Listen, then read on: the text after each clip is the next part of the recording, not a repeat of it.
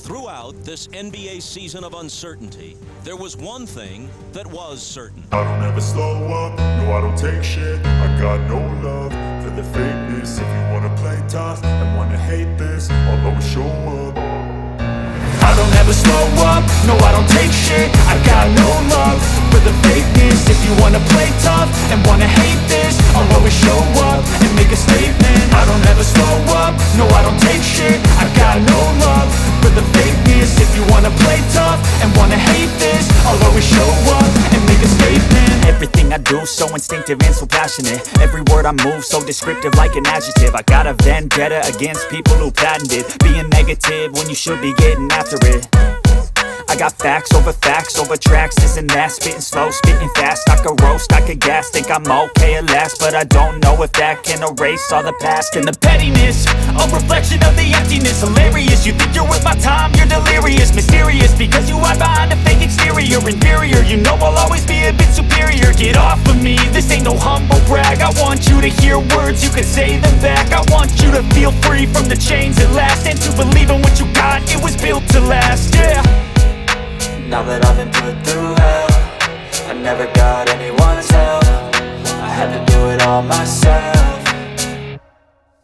I don't ever slow up, no I don't take shit. I got no love for the fakeness. If you wanna play tough and wanna hate this, I'll always show up and make a statement. I don't ever slow up, no I don't take shit. I got no love for the fakeness. If you wanna play tough and wanna hate this, I'll always show up and make a statement. Gonna learn the consequence of being incompetent. Mental health is confidence, dreams and some modestness. I'm not here to save the day, that's for you to take away. I could play a million mind games, but instead I say something not illogical, something that is topical. Rub it on and watch it go, make yourself unstoppable. Dreams are irresponsible, but they're always possible. If you just believe, you could be so remarkable. Thoughts in my head, a collage and they spread. I'll be great one day, going off of my meds. No, I'm not giving up, no, I'm not giving in. I will make it to the top, taking off in the wind. I gotta make it, I'm saving every day to taste it. I'm patient, but my mind, it can hardly take it. I'm chasing a dream that I've had for several ages. A vacant, modern kingdom for the taking. Now that I've been put through hell, I never got anyone's help. I had to do it all myself. I don't ever slow up, no I don't take shit. I got no love for the fakeness. If you wanna play tough and wanna hate this, I'll always show up and make a statement. I don't ever slow up, no I don't take shit. I got no love for the fakeness. If you wanna play tough and wanna hate this, I'll always show up and make a statement. I don't ever slow up, no I don't take shit. I got no love for the fakeness. If you wanna play tough and wanna hate this, I'll always show up.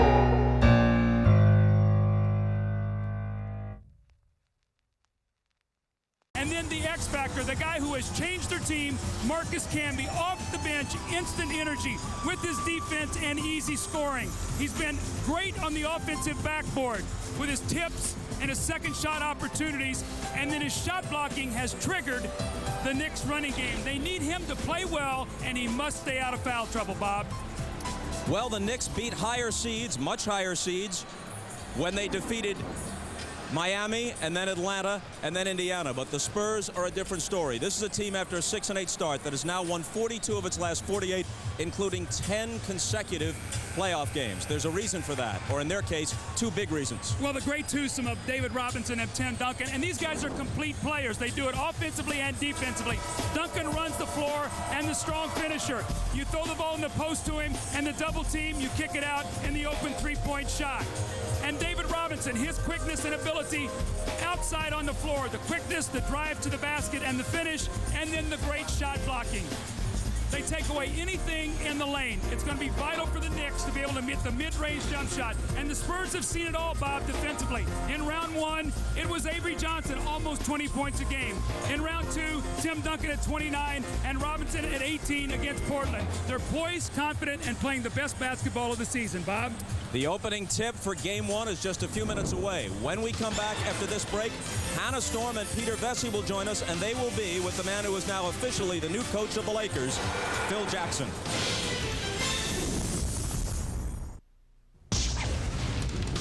NBA Showtime is brought to you by E-Trade, the #1 place to invest online. Hi everyone, Hannah Storm back in San Antonio. Tip-off for Game 1 is set for 9:18 Eastern. In 6 of the last 8 NBA Finals, Phil Jackson was on the winning sideline as coach of the Chicago Bulls. Today, Jackson is back in the spotlight, named head coach of the Los Angeles Lakers. Earlier, Peter Vesey and I spoke with Jackson. I asked him why the Lakers were the team he wanted to coach.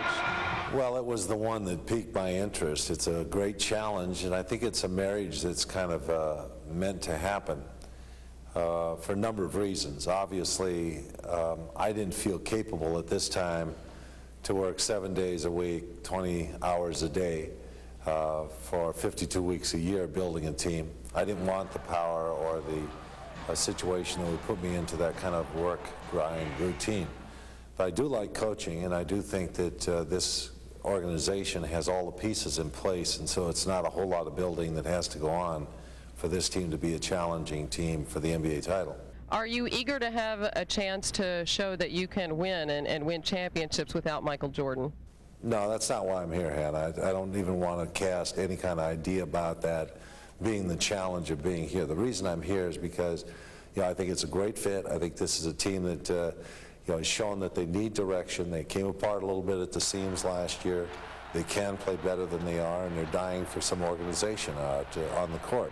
Michael Jordan has said that he wouldn't play for any coach other than you. He has not 100% closed the door on leaving basketball.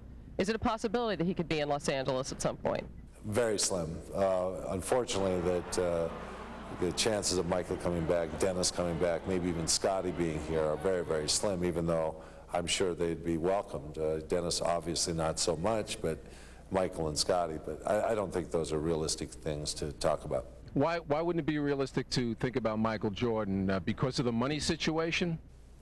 I think Michael's retired, and I'm going to have to talk to him about how his retirement's going. I think he's retired. He's he's moved his weight equipment out of his home. He's kind of moved into a different form of life, and I think unless he really feels strongly about coming back, I think he's pretty much set on the idea that this has been it for him.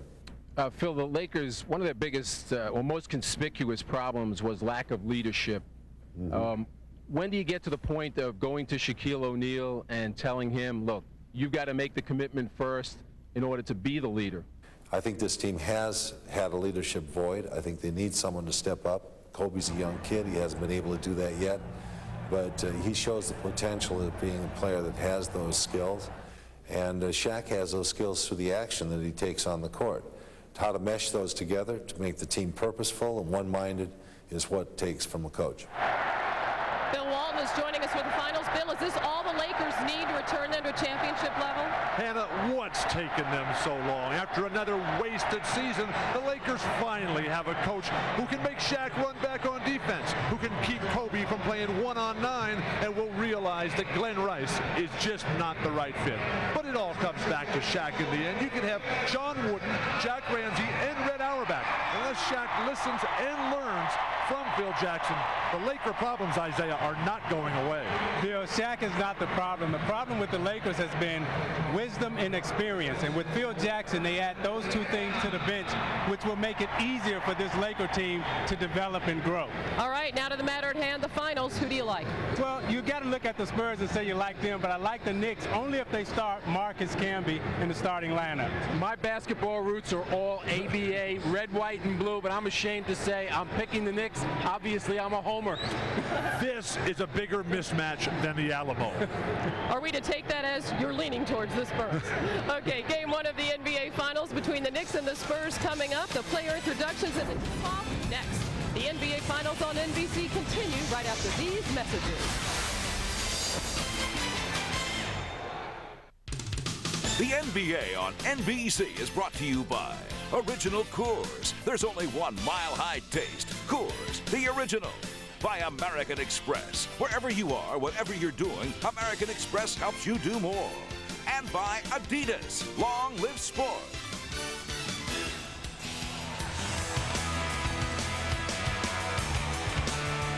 Good evening, ladies and gentlemen. I'm Stan Kelly, and welcome to the Alamo Dome for Game 1 of the 1999 NBA Finals. First, the starting lineup for the Eastern Conference champion New York Knicks. Starting at one forward, 6'7" from UNLV, number 2, Larry Johnson.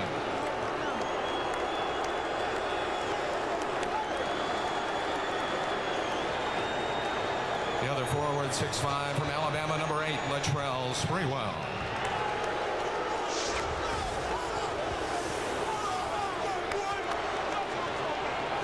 At one guard, 6'6", from Tennessee, number 20, Allan Houston.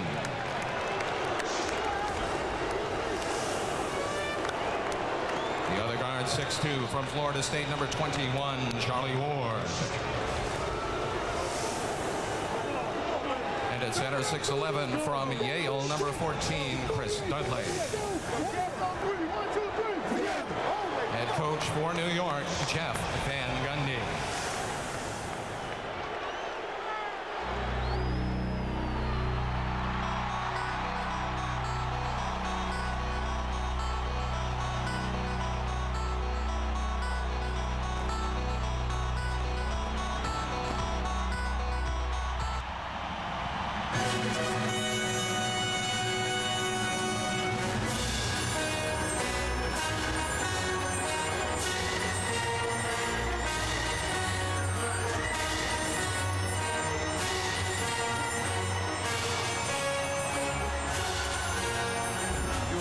Someone else. Y'all ready for this? And now, ladies and gentlemen, off your seat and on your feet, introducing the Western Conference champion, San Antonio Spurs. Starting at one forward, 7 foot from Wake Forest University, number 21, Tim Duncan. The other forward, 6'8", from Arizona, number 32, Sean Elliott. One guard, 5'11", from Southern University, number 6, the little big man, Avery Johnson. The other guard, 6'5", from American International, number 17, Elie. And a man in the middle, 7'1" center from the U.S. Naval Academy, number 50, the Admiral, David Robinson. Head coach for the Spurs, Greg Popovich.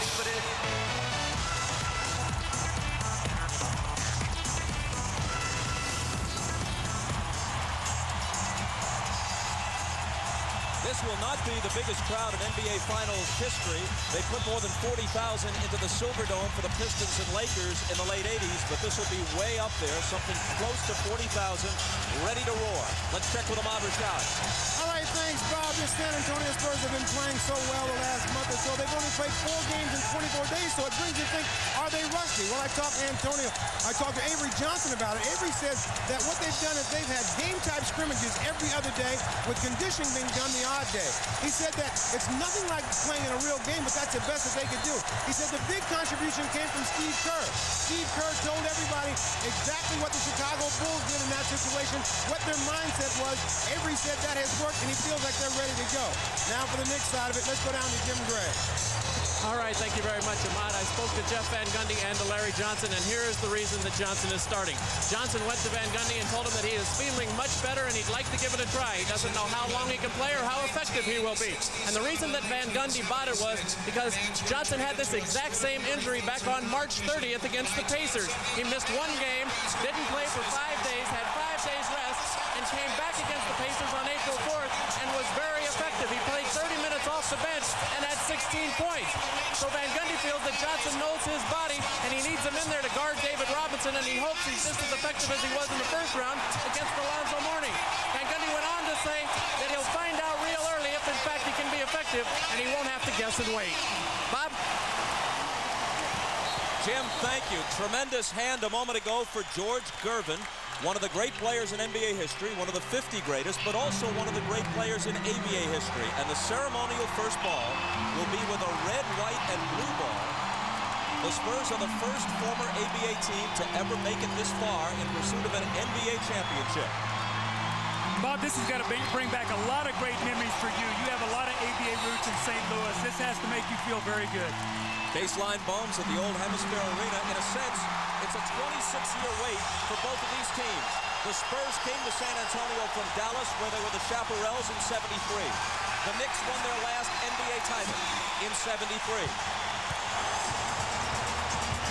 Spurs ball at the outset. Right into Duncan against Dudley.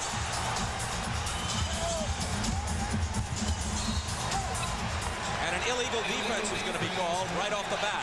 See, what New York would like to do guarding the post is not double team to start the game. See if they can play them straight up. They don't want to open up three-point shooting. But if they get some fouls, they're going to have to double team. The officials are Hugh Evans, Steve Javy, and Bennett Salvatore. Duncan, off the glass. That's the completeness that we talked about, his ability to step out on the floor and make that little jump shot off the glass. That's his shot. Ward around a Johnson screen. Now Houston against Elie. Ties it at 2. What great confidence Allan Houston is playing with, coming off a 32-point game in Game 6 against Indiana. That little medium-range jump shot's the one he's going to have to take.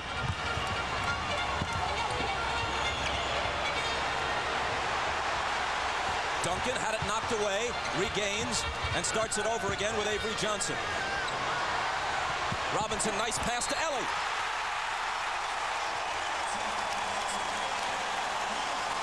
The basket and 1. The foul is on Houston. When you talk about David Robinson and Duncan, they can do it all. They can pass, and the great pass. Mario Elie cuts to the basket. Allan Houston got caught peeking at David Robinson. The nice back cut against the vision and the three-point play.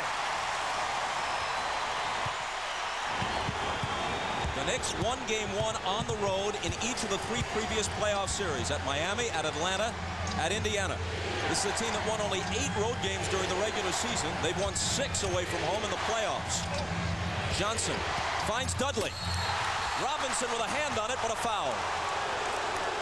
That's where Dudley's going to have to be effective, Bob. He cannot shoot the ball from the outside. But as Larry Johnson drove to the middle, David Robinson came over to help.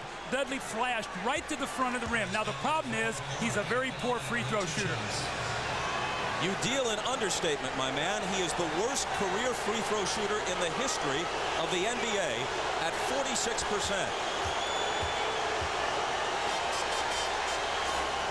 He literally talks to himself at the line, muttering high and straight each time he steps up.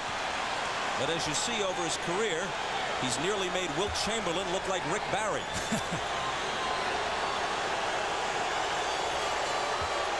In the playoffs, he's at 40%. 1 of 2.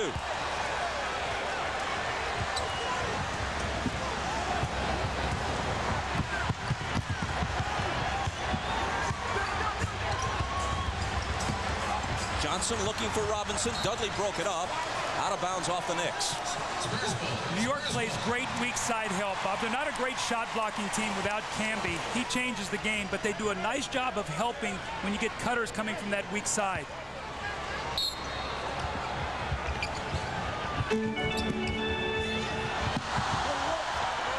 Robinson guarded by Johnson. Dudley over for the block.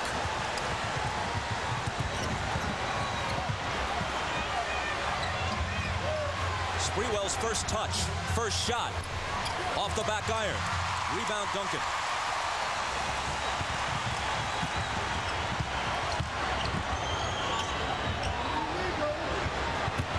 Robinson in traffic, and a whistle from Hugh Evans. Stay right here, he says.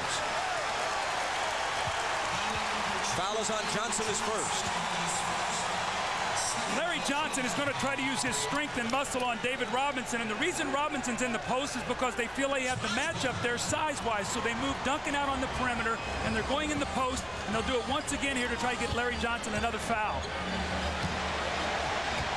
Here he goes, another whistle, and they got just what they came for. Number 2 on number 2. This is the concern for Jeff Van Gundy going into this series. They cannot get in foul trouble. You go back to the matchup, Larry Johnson undersized, he's strong, but David Robinson just muscles into the lane and gets the foul.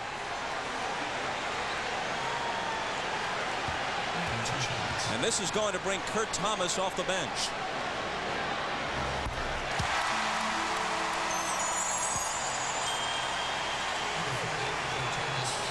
So the big story at the start of the game was that Johnson could play. Barely 2 minutes in, the story is he has to sit. It's such a mismatch for the size, Bob. As they were being introduced, the starting lineup, I looked to you and I said, look how short the Knicks starting team is. So we'll see Camby soon, but they want to let Dudley play here a few minutes before they bring him in. Ward, whose performance during the regular season and playoffs has been off from a year ago, gives it up to Sprewell. Poked away, and Duncan has it. Elie trying to sprint ahead. Now he gives it to Sean Elliott. They almost had the break, but Elie couldn't find the handle.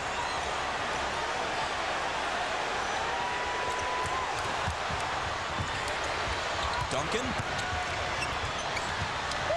Elliott. Missed what would have been a 2. His toe was on the line. Here comes Sprewell, most dangerous in the open court, but he loses it to Avery Johnson. And a New York foul. You can see what New York wants to do. They want to push the tempo, but 2 quick turnovers by Sprewell. He has a tendency to get careless with the basketball. And that's what he did there. He picked up the foul, but it was good because Robinson was down at the other end. He would have had an easy dunk had he not taken that foul. Spurs lead at 6-3. Robinson. The rebound to Thomas.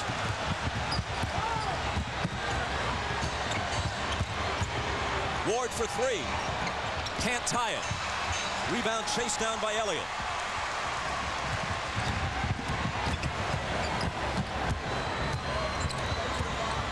David Robinson given room by Dudley. Instead passes up the shot and goes inside to Mario Elie. Spinning baseline and scoring. They found the mismatch. Charlie Ward was caught on Elie. Great patience that time. I really like the way San Antonio has started here, Bob. With all the time off, you expected them to come out and maybe be frenetic. They have been anything but that. Very poised.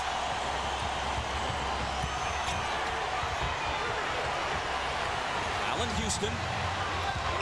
Kurt Thomas. Short with it. Dudley poked it away from Duncan. Houston's jumper is there. Great screen that time by Dudley. Stepped over and freed Allan Houston. Allan off to a great start.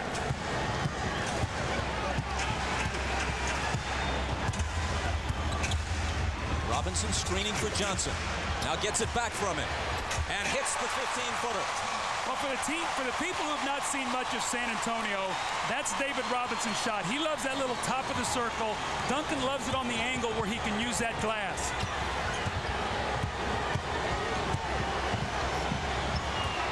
Here's Sprewell on the move. Gives it up to Thomas. Dudley on the offensive glass. Thomas again. Shot blocking compresses.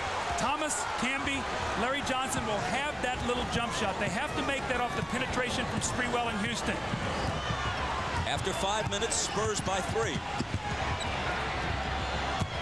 Robinson. Contact as he cut through the lane. Could have been a 3-point play. Instead, he'll come to the line for 2.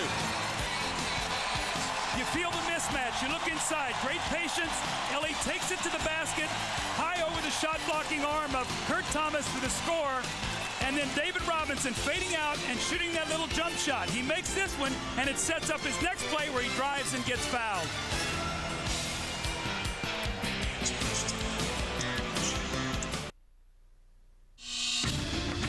Mario Elie has brought heart to every team he's played on, including 2 NBA champions in Houston. This year, his first in San Antonio, the Spurs got off to a slow start. And it was at that point that the veteran Elie spoke up. This is the first team I've been on where, I mean, after 9 games, I think I may have got 1 chest bump. You know, these guys are really not emotional guys. And in this league, you're going to have talent, but you need to have that fire. That's why I love Michael Jordan. I love Karl Malone. These guys are not just great players.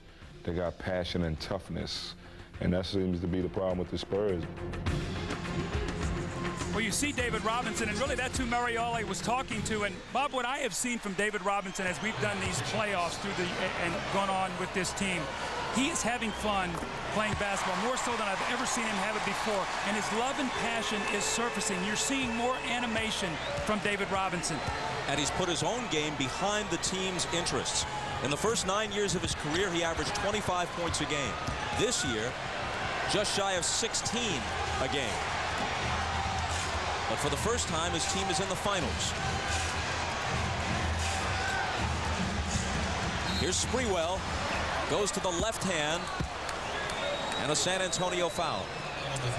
Bob, you can really see what New York is trying to do. They're trying to space the floor to give Sprewell and Allan room to drive to the basket, to get those big guys out of there.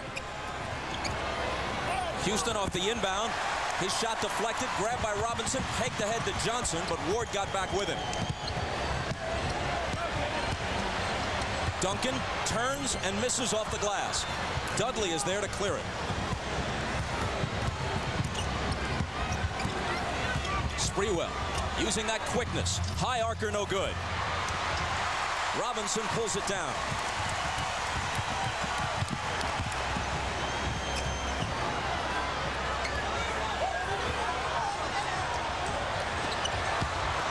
Johnson's pass knocked away. Houston comes out of the pack with the steal. They run the break, and Ward finishes it. That's when New York is at their best, forcing turnovers and running. A great job by Kurt Thomas fronting the post and knocking that entry pass away from Tim Duncan. Knicks to within a basket.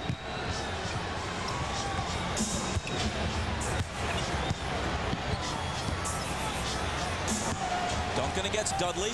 Back out to Elie. 5 on the shot clock. Duncan had it knocked away, then forced it up, and Kurt Thomas comes away with it. Knicks looking to tie.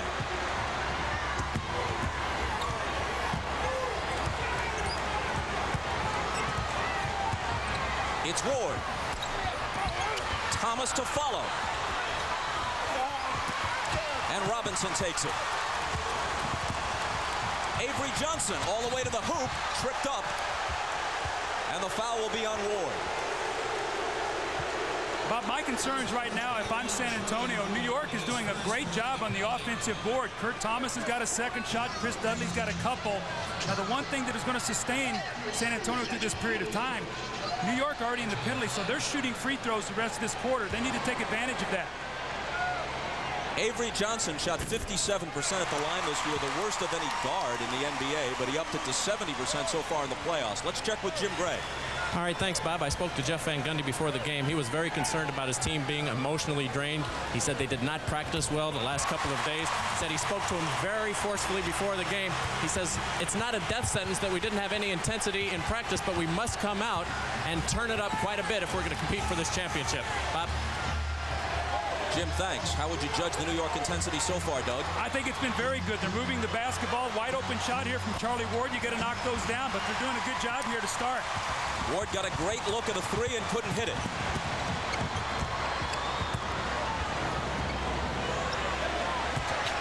Robinson had it poked away, and Dudley takes it. Here comes Sprewell. Duncan with him. Spree explodes to the basket and gets the roll. See, that's what you got to do. You can't flip the ball at the basket. You got to go right at that shot blocker and make him commit. That time, Tim Duncan backed away. Duncan with the reverse. Just a matter of time if he's going to be single coverage down there to get his feel of what Dudley's doing against him. Then he'll counter and do just what he did there, get the basket. Sprewell. Wow, what a shot over Tim Duncan.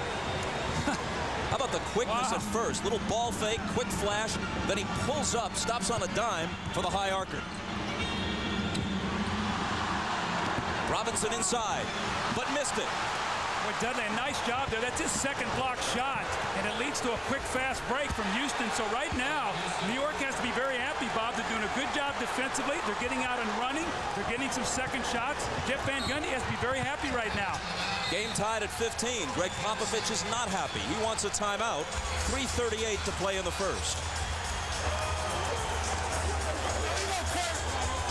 The steal from Kurt Thomas, the knockaway, and Dudley throws the ball ahead, and Mr. Energy, the one-man fast break, Latrell Sprewell, takes it right at Duncan and gets the kind roll. And then Sprewell once again, look at this little medium range shot. They're not going to let you get all the way to the basket. What a tough fadeaway over Duncan. And then Allan Houston again with that little pull-up. So the Knicks have the idea here. We might not be able to get all the way to the basket. We see the defense, we pull up, and we take what's given to us. One of the 50 greatest players of all time on these two rosters will finally have his wait end and will receive a championship ring. If it's Ewing, it won't be as an active participant. David Robinson is on the team that's the overwhelming favorite to do it. Marcus Camby making his first appearance in the New York lineup after a little more than 8 minutes of the first quarter. Here's Duncan, surrounded by 3 defenders and a foul. Remember in the open I talked about Marcus Camby has been playing terrific basketball. What he's done, this is a cheap foul, Bob. You cannot reach in. You got to stay big, get the hand up, and make him shoot out over an extended arm. So Marcus Camby comes right in and picks up a quick foul. Jaren Jackson and Malik Rose are in for San Antonio. David Robinson and Sean Elliott are out. When I talked to Jeff Van Gundy yesterday, one of the things he talked about was we got to keep San Antonio off the foul line. What it enables them to do when they shoot free throws, they can get their defense back and get set against us, and now we have to work hard to score, so we've got to limit their free throw attempts. San Antonio leading 17-15, 7 of 9 from the line so far in the first quarter.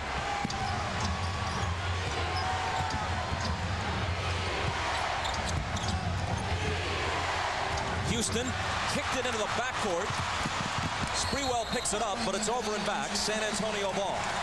The game plan on Allan Houston, take away any catch and shoot. Don't let him come off the screen, catch it, and go up and shoot it.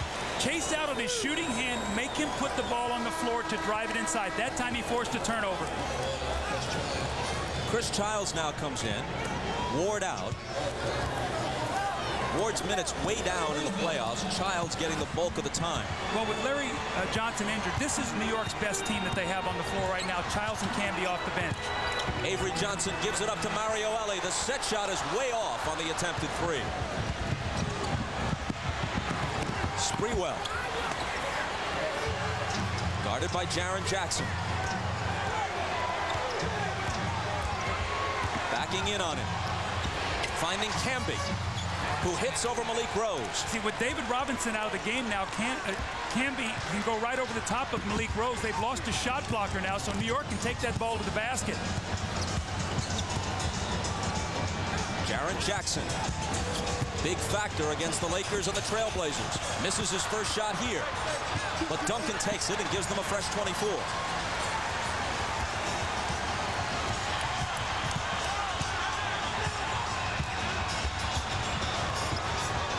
Malik Rose can't knock it down. Up and over the glass. New York ball. Latrell Sprewell orchestrates his whole play. He backs it out till he gets the double team. He tells Camby, cut to the basket. He sees Malik Rose. He said, I can go right over the top of him, and he scores. But Latrell Sprewell orchestrates this whole thing. He sees Duncan. The minute he comes, Camby cuts to the basket. No David Robinson. They get a layup. And you're watching the NBA on NBC.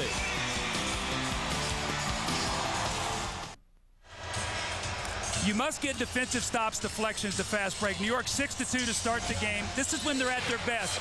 Early offense to beat the defense back down the floor. Charlie Ward, a much-needed layup for his confidence. Sprewell, the speed and quickness, the energy to finish. Allan Houston, the little pull-up jump shot.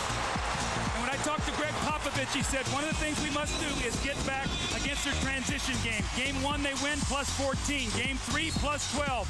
Game 5 and 6, they win 29-7. That's when they're at their best. Steve Kerr in the game for the first time for San Antonio. He's on Chris Childs.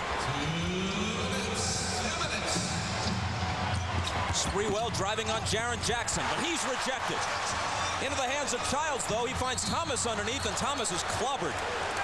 I think they're going to call a flagrant also. They took him down. Jaren Jackson and Rose went up, came down and hit him in the head, and normally any blow to the head, they'll call a flagrant. So you get up in the air, Kurt Thomas gets his man in the air, actually gets Jackson, Duncan, both in the air, and Jackson takes him down, and they're going to call the flagrant. That's 2 shots in possession. That's a flagrant 1.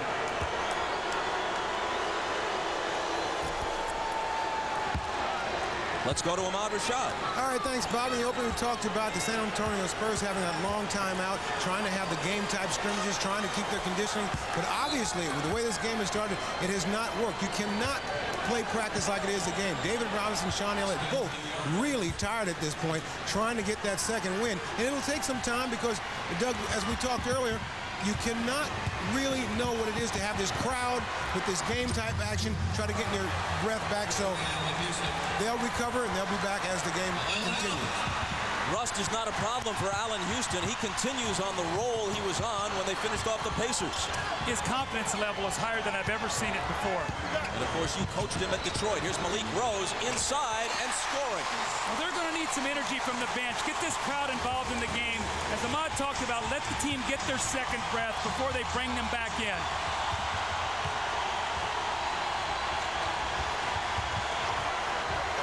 Sprewell with Jackson on him. Spinning to the baseline and converting on the reverse. Wow, Latrell Sprewell's off to a great start. That energy and quickness, Bob, you can never put a premium on what high-energy, talented guys bring to your team.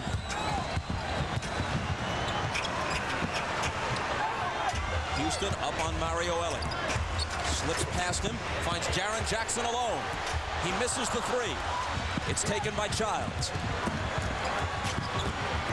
He pulls up and fires. It's short. It falls right into the hands of Kurt Thomas for a gift basket. Looked like Malik Rose tried to flop a little bit there to get the foul. The referee had no part of that, and New York up 6 now, 30 seconds to go in the quarter.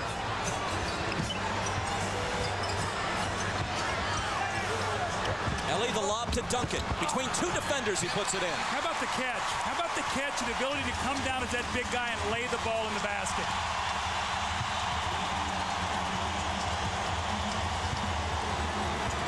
Knicks looking for the quarter's last shot and leading by 4. Houston driving on Elie, spinning, shooting, and hitting again.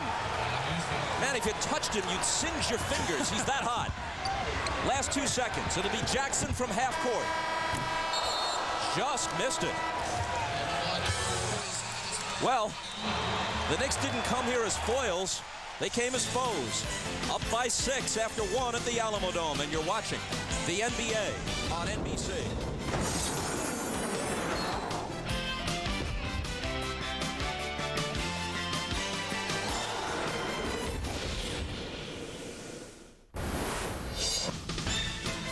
You're watching the NBA Finals on NBC.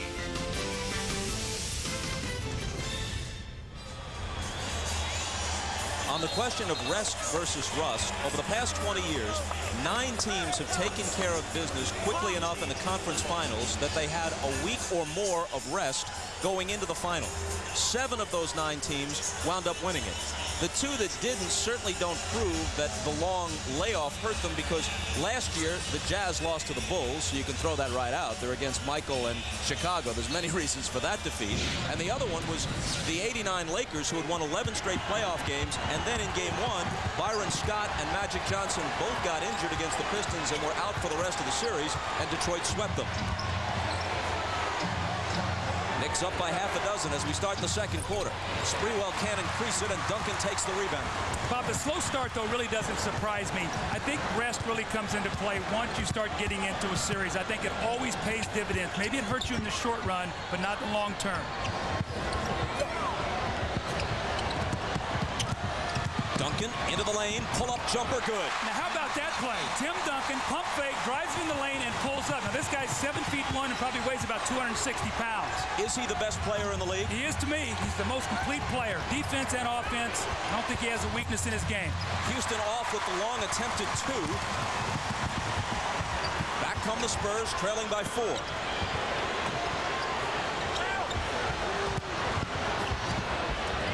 Steve Kerr for 3. It's not there for him. The all-time leader in career three-point accuracy, and he had a good look at it.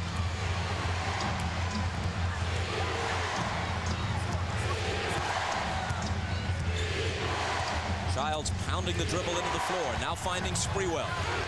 Out to Kurt Thomas, Childs again. Shot clock winding down, and a foul. It's on Duncan his first. Meanwhile, Larry Johnson, who committed 2 quick fouls and went out after just over 2 minutes of the first quarter, returns. Well, it'd be interesting to see how he comes back in after getting warmed up, maybe getting a little stiff on the bench with that leg. But Kurt Thomas sits down and Sprewell. So now you have sort of a bigger, slower New York team. Look for them to continue to go through Allan Houston, this team on the floor. What did Kurt Thomas do while he was in there? 6 points, 7 rebounds, 2 steals. Houston is tripped. And Jaren Jackson is hit with his second foul. Allan Houston, as I watch him play here, Bob, one of the things that really registers to me is all his career he's heard what a great player he could be. I think it's finally registered to him. I'm a great player, and that's the way I'm going to play. What confidence he's playing with. Johnson backs in on Elliott. Ball knocked away. Camby trying to save it, but it winds up in San Antonio's hands. Jaren Jackson eyes a 3. And the Spurs pull to within 1. And Chris Childs is hit with a technical on top of it. This is the one thing you don't want to do if you're in New York. Get this crowd excited. You're playing well. You get a 3-pointer from Jaren Jackson in the transition. Now Steve Kerr is going to shoot the technical. Keep your poise. Don't give this crowd anything to cheer about. But Kerr can't tie it. Let's take a look right here at Chris Childs, and let's see what happens after the play is over. He's just going to take and throw his shoulder into Malik Rose. I think Malik did a nice little acting job to go with that. But Chris Childs, important he stays on the floor. He and Camby give them great play off the bench. Johnson around the perimeter to Houston. Johnson against Rose, backing in. Now here's Childs, 4 seconds to shoot. Camby will. Loose ball battle, and it's out of bounds. And the Knicks are going to keep it. 9:43 to play in the first half. New York by 1. The NBA on NBC is brought to you by Gatorade Thirst Quencher, helping you play longer and stronger when it counts the most. Gatorade, is it in you? By Honda, a winning lineup of cars, sport utility vehicles, and minivans. By IBM, are you ready for e-business? And by the irresistible taste that makes you say, did somebody say McDonald's? We talked in the open the importance of Allan Houston and Sprewell scoring points. Allan Houston off to a great start, 10 points, and he's doing it in a variety of ways. The little medium-range pull-up jump shot off the screen roll. He drives it, fields Tim Duncan, pulls up over the outstretched hand, and then this little floater in the lane. So once again, the great confidence, and he and Sprewell have really energized this team to start this game. And you see Allan Houston getting better as the playoffs go along. Had a great series against Indiana, outplayed Reggie Miller, and also did a great job on the defensive end against him, going to 3 of 18 in the deciding Game 6. 10 points for Houston so far in this one. We're early in the second. Jaren Jackson intercepts Dudley's pass, cutting in front of Johnson, takes it to the hole and misses. Gets it back, finds Avery Johnson, and he decides he'll set it up. Jackson for 3. And as they battle for the rebound, there's a loose ball foul. And it's on Malik Rose, his first. Larry Johnson did a very smart play on that fast break, Bob. He was back. He couldn't take the foul because he already has 2. He would have had to sit down with 3. So he just sort of put his body up against him and forced him to take a tough shot, and he missed it. He seems to be moving and jumping pretty well, speaking of Larry Johnson. I think as the game goes along, he'll feel more trust in that leg. Bob, if you hurt a knee, if you've never done it before, it's a strange feeling. I've done it, and it feels like you're just off balance. The thing is not stable, and the more you can go, the more you trust it, the better you'll be. Camby against Elliott. Spinning on him, but it looks like a foul or an illegal defense beforehand. Illegal defense. Each team has been hit with 1 illegal defense warning. On the second, a technical is shot. See, Camby's in the game right now. He's playing as a small forward against Elliott. Let's see if they go back and try to post him again.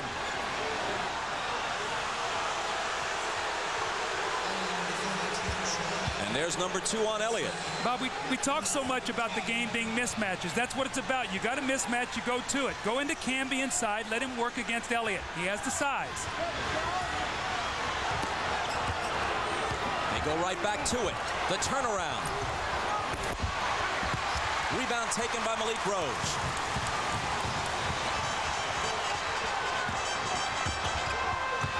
Jackson's pass intended for Robinson, broken up and stolen.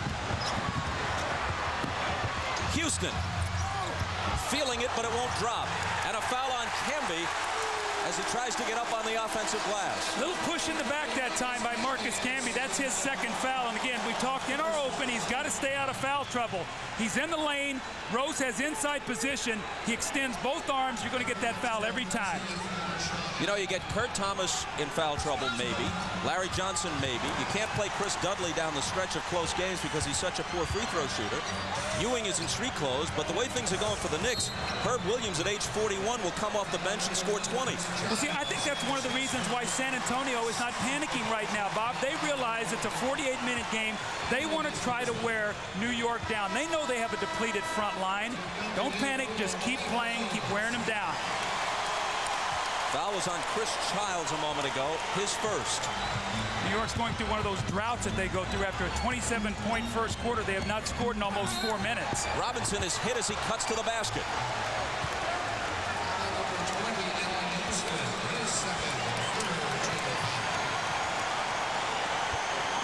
As he goes to the line, you can go online to msnbcsports.com and check out a comprehensive playoff section called NBA Showtime Online. Isaiah Thomas breaks down the Knicks and Spurs matchup and picks a champion. Plus, you can email Bill Walton, every fan's dream, at msnbcsports.com.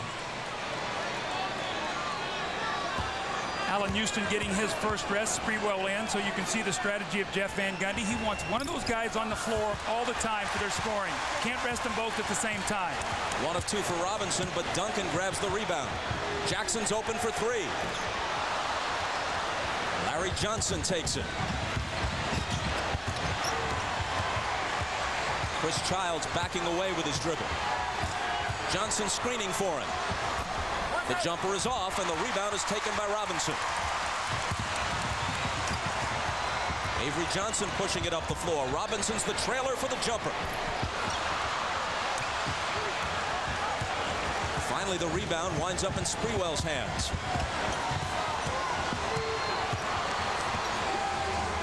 After 4.5 minutes of the second quarter, the Knicks have been blanked. Johnson into traffic, and a foul called by Bennett Salvatore. It comes before the shot.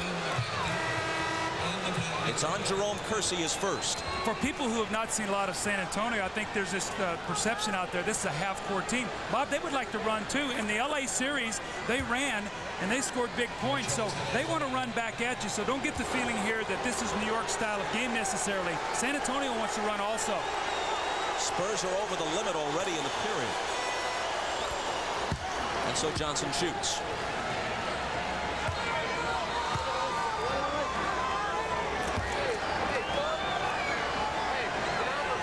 You would have thought, from the way he went down late in the series against the Pacers, that we had seen the last of him in uniform in this postseason. It's a far cry from Willis Reed limping out before Game 7 at the Garden 29 years ago, but it's certainly a boost for the Knicks. The unexpected early return of Larry Johnson. Here's Jaren Jackson on the move, and Steve Javie spots a foul. It's offensive against Jackson.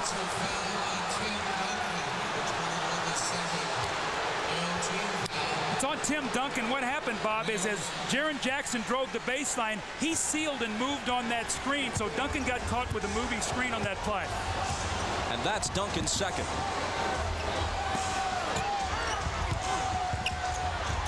Larry Johnson up in a crowd.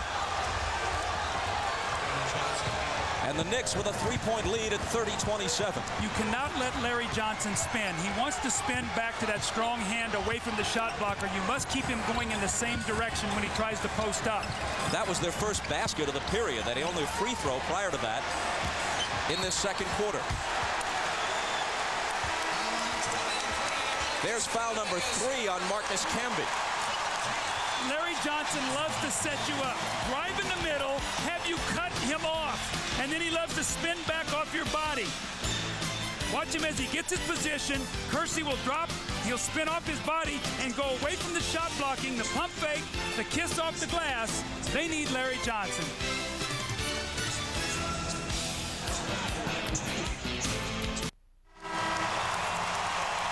Welcome back to San Antonio. I'm Jim Gray. Larry Johnson is now playing in the game with just the rubber padding around his right knee. He started the game and came out for warm-ups in what's called a medial collateral ligament brace. There you see it. He took it off on his own. Dr. Norman Scott said he advised him not to take it off, but Larry said he was uncomfortable, felt sufficiently warmed up, and now he is playing without it. Dr. Scott said in the newspaper earlier that that would prevent further injury to the medial collateral. However, Larry Johnson is now at some risk, but he feels this is what he has to do to compete. Bob? Jim, thanks. Spurs ball. They trail by 3. David Robinson cuts it to 1. That little isolation play, they love to bring David Robinson out to that free throw line extended and let him use his quickness. That time he scores against Kurt Thomas.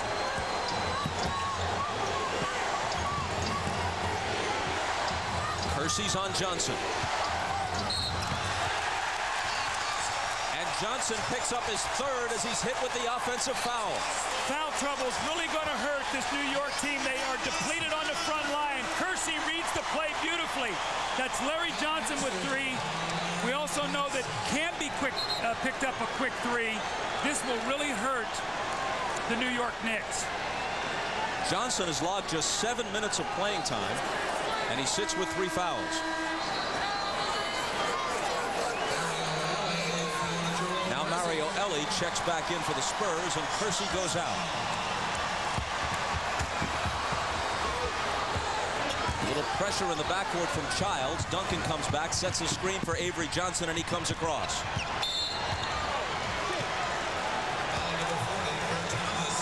And Kurt Thomas is whistled for a foul. That's his 2nd. So the Knick lineup now has Childs and Houston in the backcourt, Thomas and Sprewell at the forwards, and Dudley at center for Jeff Van Gundy.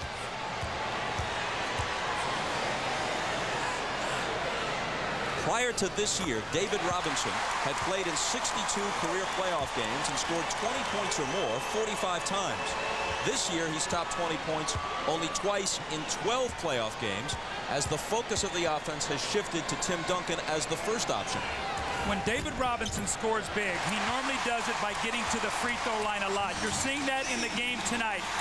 Drawing, getting contact, getting to the line.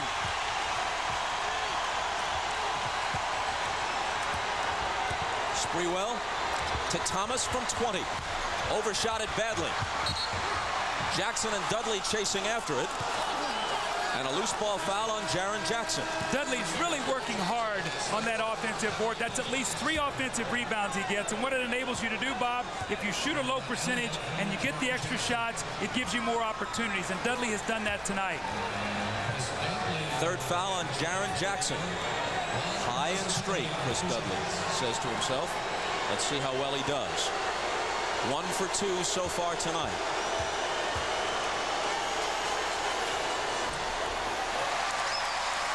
Tomorrow on NBC, America's funniest night of television. Must-see TV Thursday starts at 8, 7 Central with Friends, then Jesse, Frasier, plus Will and Grace and ER. A great night. Must-see TV tomorrow night on NBC. You know, Bob, the ironic thing about the New York foul trouble right now is you would expect Chris Dudley to be a guy who normally picks up quick fouls. He has none. It's been Camby and Larry Johnson tonight that's gotten the fouls. Even at 31, Avery Johnson finds Duncan open. Can't untie it, and the rebound to Thomas.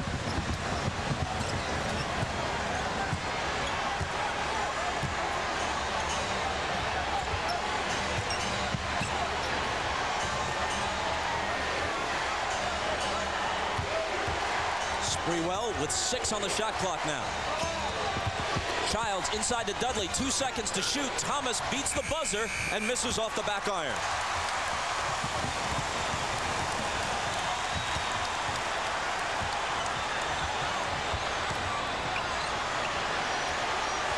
David Robinson.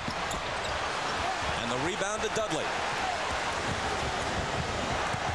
Sprewell pulls up and gives New York the lead. Oh, that's a 1-on-4. You're talking about confidence. He just comes down the floor and lets it go, but that's the way you got to let Sprewell play. You can't restrict him. He'll make some bad plays, but he's going to give you a lot of positive energy, and he's scoring very well right now. Childs all over Avery Johnson, runs him into a Duncan screen. Now up top to Robinson. The Admiral on the drive. And a foul on the play. It will go against San Antonio. It's Robinson's second.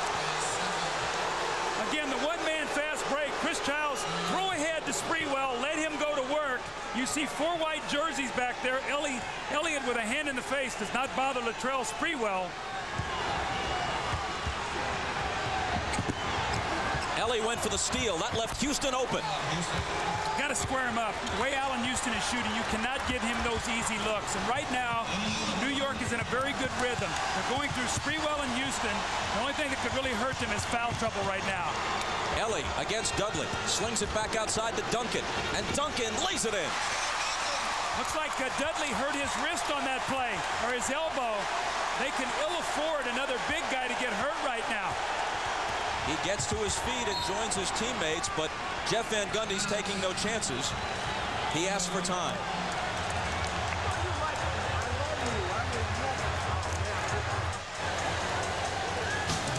Chris Dudley's going to try to step over in front of Tim Duncan to take this charge. Duncan pulls up. They do not call him. He lands. You can see him land hard on that right wrist. We'll see how he is after the timeout. Hi everyone, Hannah Storm. Coming up on the Prudential Halftime Report, we'll hear from New York's Marcus Camby, a big reason for the Knicks' postseason success. Camby describes his first meeting with then Knicks president Ernie Grunfeld after being acquired from Toronto. He said to me that, you know, Marcus, I think you are the guy that's going to get us over the hump once we play Indiana in the Eastern Conference Finals. Bingo. Bam. I mean, that really hit me. Once, you know, we clinched the victory the other night, and I was like, man, this is what Ernie envisioned. Marcus Camby, the player Larry Bird called the MVP of the Eastern Conference Finals. His conversation with Peter Vesey coming up at halftime. Right now, Camby has picked up 3 fouls, but his team leads the Spurs by 2 as we rejoin Bob and Doug at courtside. Hannah, thanks. No question that the team envisioned by the now deposed general manager Ernie Grunfeld had Marcus Camby and Latrell Sprewell getting big minutes and the team playing a more wide-open style. That's happened in part because of injuries to Patrick Ewing, which forced the change. Well, you know, had injuries to Patrick. He really was never healthy all season long. Sprewell got hurt early in the season, was out. They really never had it all together. And with this shortened season, Bob, it's taken them till now to really find out who these guys are, what they can do out on the floor. Just in the nick of time. And the Knicks by 2. Here's Houston, feeling it, but missing it. The rebound taken by Duncan. The outlet to Avery Johnson. The bounce to David Robinson. Robinson against Dudley, who bothered the shot. The ball kicked to the side, and Sprewell wins the race for it, but he stepped on the sideline. For a report on Chris Dudley, we check with Jim Gray. All right, thanks, Bobby. Just kind of fell awkwardly on his right forearm, and it pulled his shoulder and his forearm. Mike Saunders looked at him real quickly. He will continue in the game without a problem. Bob, he's playing very well. He just comes off a shot block there against David Robinson. He's done a nice job with all the foul trouble that New York's front line has had here in this first half. Robinson, meanwhile, has shot 2 for 8 in this first half. Dudley trying to get in front of Duncan and bother him.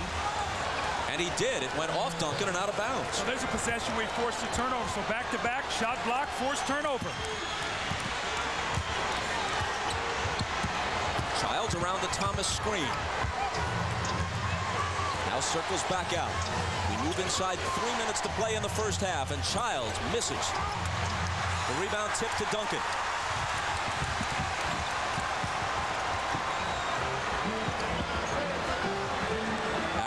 With Houston all over him. Finds Duncan into the paint, switches hands and misses, but he was fouled on the play.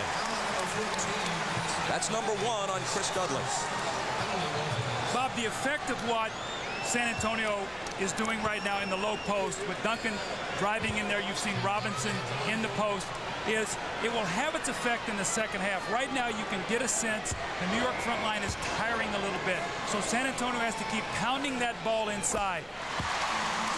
Karl Malone won the MVP award for the second time in his career. Alonzo Mourning of Miami was second, and Duncan was third. But a lot of people believe that this is the best all-around player in the league, and one of those believers is Knicks coach Jeff Van Gundy. Well, I think you've really seen his game blossom in the playoffs.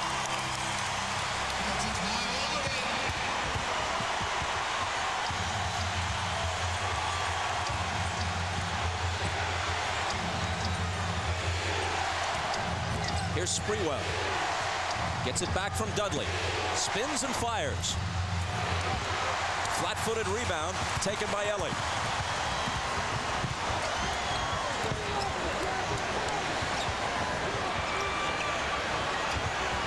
Robinson to Duncan. Wonderful high-low. Wonderful pass there. They get the fronting in the post. They swing it to the top. It makes the extra pass, and you see the great touch of Robinson over the top to Duncan. That's beautiful basketball. Duncan has scored 16. The Spurs are back in front.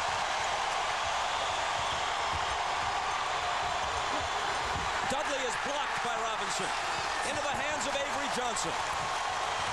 Here's Sean Elliott, who hasn't scored yet. Robinson's open. Spurs by 4. We always talk about the end of half, the last 2 minutes. New York must be very careful right now. San Antonio hitting them with a spurt. Jeff Van Gundy feels it. He takes a 20-second timeout. They don't want to let this half slip away here in the last 2 minutes.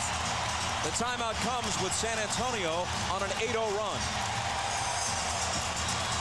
See Duncan, he says, throw me the alley-oop. It's not there. He goes into the post. Kurt Thomas is going to get in front of him. So what do? You swing the ball to the top. Now you throw over. There is no weak side help. You get the score. And then Robinson with the block shot. So he has the assist. Now he comes over and he gets the block shot. And then he goes to the other end and he hits the jump shot. The complete package, the duo of David Robinson starting to make the mark in this game.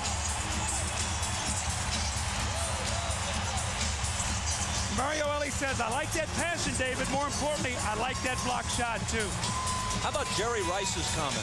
Rice, in all likelihood, the greatest receiver in the history of the NFL, but now after injuries and as he gets along in years, perhaps not the top receiver on his own team anymore in San Francisco. He says, I'll have a whole new attitude coming into training camp after watching what David Robinson did this year with San Antonio, willingly taking a secondary role. I'll do that on the football field. Well, I think it's important because they're winning that you see you reward winning. And that's what David Robinson says. I've been around long enough. I've had the stats. I've had the glory. I've been the MVP of the league. I've been the defensive player. I've led the league in scoring. The one thing I don't have is a ring, and that's what I want. After a foul by Mario Elie, his first, Houston hits the free throw. And Herb Williams, at age 41, the oldest player in the NBA, 4 years older than his coach, has checked in for the last few moments, last minute and a half of this first half. Here's Elie against Houston. He was bumped and fouled. And that's 3 on Allan Houston. Boy, the fouls are really mounting up. They can ill afford to lose Allan Houston. See, Bob, the problem with that is now, with 1:24 to go in the half, you worry that Allan Houston comes out and picks up a quick fourth and has to sit down a lot in the third quarter. If you're Jeff Van Gundy, that's your concern right now. Mario Elie, a good free throw shooter, missed that one. The Knicks are thin to begin with, and 3 key players in foul trouble in the first half. Well, part of your game plan is when you play a team that's depleted along that front line is you don't shoot jump shots.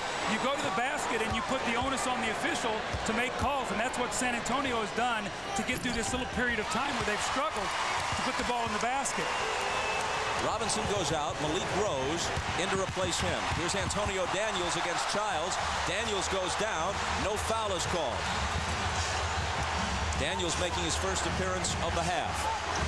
Second-year player from Bowling Green.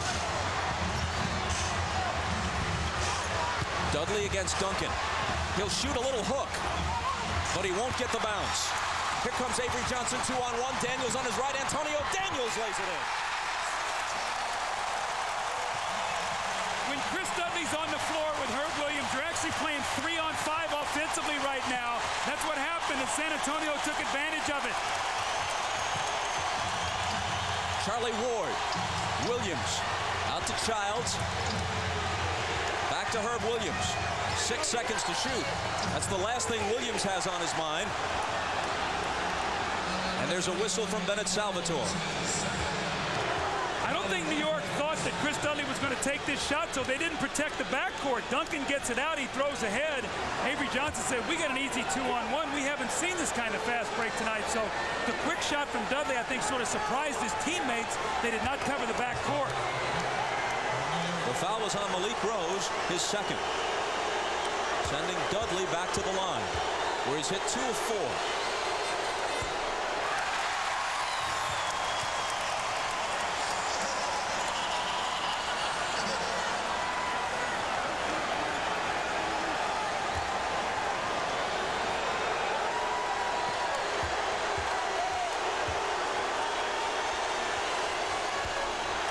And now 2 of 6. Spurs maintain a 5-point lead. Last half minute. Duncan's open. And he drills the 20-footer. That was a set play to go 2 for 1. And now we'll get 2 shots to 1 in that last possession.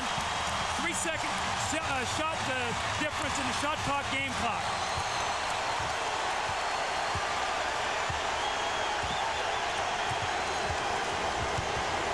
Charlie Ward out to Herb Williams. The tip doesn't drop. And a New York foul. Over the back on Dudley. Attempting to follow on the offensive glass. It's his second. Again, Bob, we talk so much about free throws. Chris Dudley walks up, and he misses 2 free throws. They come down, Duncan scores to give you a 2 for 1 possession.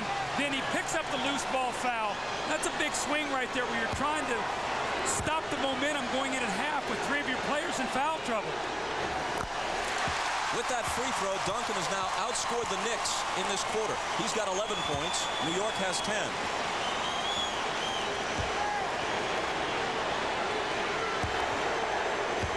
He's looking for his 20th point of the half. And doesn't get it. Last 4 seconds. Pass deflected. Dudley gonna get off the last shot? Not quite. He claims he was fouled, but he'll get no satisfaction. San Antonio, with great defense, ends the half on a 14-2 run. So they were down by 4. They now lead by 8. That's the importance of closing out half.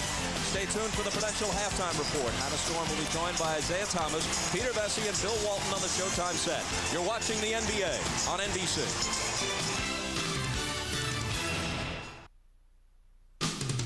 This is the Prudential Halftime Report, brought to you by Prudential.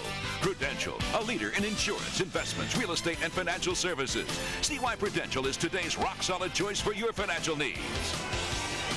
It's halftime of Game 1 of the NBA Finals with the Spurs enjoying their biggest lead, 45-37 over the Knicks. Tim Duncan's terrific postseason play continues. He leads everybody with 19 points and 10 rebounds.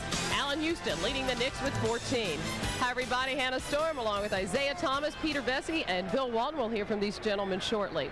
First, Marcus Camby, a player Isaiah drafted in Toronto with the 2nd overall pick in 1996. Last offseason, the Raptors traded Camby to New York for Charles Oakley, a move that did not sit well with coach Jeff Van Gundy, who loved Oakley's toughness and leadership. Camby was used sparingly during the regular season, but has emerged as a force in the playoffs. Camby told Peter that he was well prepared for his wild first season in New York. From where I started, playing on my cutout crates on the clothesline in the projects to going to the Final Four, it wasn't easy. I'd say it was tough. Every time I go out there, I play for the city of Hartford. I tell you no lie, Peter. There's so many people that want me to succeed well back there. You know, I got my foundation back there, so there's a lot of little kids that, you know, enjoy seeing me play, enjoy seeing me come back to the summer, you know, in the park, signing autographs, doing all little things through my foundation. That I definitely play through the eyes of them. With the 2nd pick, the Toronto Raptors select Marcus Camby from the University of Massachusetts. This young man has fabulous potential, and Toronto, they've got a great future that lies ahead. The day you were traded for Charles Oakley, in that room, the Raptors room, they said we should say a prayer for Ernie Grunfeld because he was going to lose his job now that he had you. That's how negative it was. People were knocking the trade, bringing me here and bringing Latrell here, saying that we wouldn't, mesh well with the team. But I think it was more about, who was traded. We need a power forward now that Charles is gone. When you let Charles Oakley go and you replace him with Marcus Camby, that toughness seems to fade a little bit. Everybody's talking, harping on it. Every day. Every day. But Marcus, specifically Jeff Van Gundy, you knew he didn't want you. He wanted Oakley. And in some ways you were a pawn, whether he'll admit it, between him and Ernie Grunfeld. I mean, did you see it that way? Did you feel it? Honestly, in the beginning, I didn't see it that way. He told me, Marcus, I respect you as a person. I respect you as a player. I mean, I have no gripes about the trade. In retrospect, do you believe him? I mean, I believe him till this day. I mean, so why weren't you playing then, Marcus? That remains to be seen. To be told, I don't know why I was playing, but the one thing is, I never got discouraged. I never got down because I always knew deep down inside that I can compete at this level. Marcus Camby has been so impressive. Where do you think you would be today if Patrick Ewing hadn't gotten injured during the season? Probably still be getting DNPs? Definitely no DNPs. I definitely really earned my minutes in practice. I mean, my guys would tell you I've been working extremely hard and I've been dominating practice. So I know I'm dominating practice and guys are like, slow down, Marcus, you're going too hard, this and that.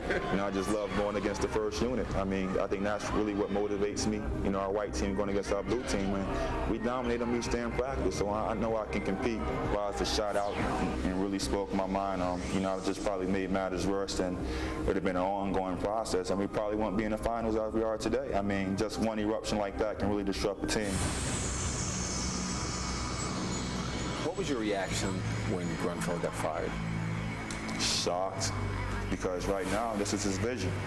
I mean, I remember being traded the next day, going up to his office, meeting and talking with him, and he said to me that, Marcus, I think you are the guy that's going to get us over the hump once we play Indiana in the Eastern Conference Finals. Bingo. Bam. I mean, that really hit me once, we clinched the victory the other night, and I was like, man, this is what Ernie envisioned. The Knicks headed to the finals for the first time since 1994. What about next year? Smile. Well, if I'm here, I mean, it's definitely shaky going down the stretch. I mean, especially when we're 21 and 21. I mean, it talks about they're going to break up the team, and I definitely want to be back on this ball club, especially if Latrell's here. I would definitely want to be back here because he's definitely a good friend of mine, and he's one of the best players in the league, and you can't afford to lose a guy like him. Do I smell an ultimatum? Not an ultimatum, but that's what I would prefer. Would you prefer it strongly? Huh? Well, I'm preferring it right now on national TV. So. The fact that you were demeaned by a lot of people during the season devalued you. Sure, it's good to have money, but it's also good to win and to have fun, and that's all I'm trying to do. It sounds great, but I just can't believe you don't hold a grudge that you weren't able to get the kind of money that just about everybody else at the top of your draft list got. That's fine, but you know what? They all going to be watching me these next 2 weeks. Well, Isaiah, it's obvious now that all Camby needed was an opportunity to show what kind of player he really was. Yeah, Hannah, Marcus feels that if he'd have had this opportunity early in the year, he probably would have signed for the maximum. Right now, he's happy to be here, but that decision by not playing him early in the season cost Marcus Camby $30 million. Glad to be in the finals right now, but he's still a little upset about not playing early in the season. And probably upset about his play in the first half. He's picked up 3 fouls already. He has just 2 points and no rebounds. When we return, we'll preview the the 99th U.S. Open Golf Championship, which gets underway at Pinehurst tomorrow, including an update on the condition of David Duval. First, a message from Prudential and a word from the NBA.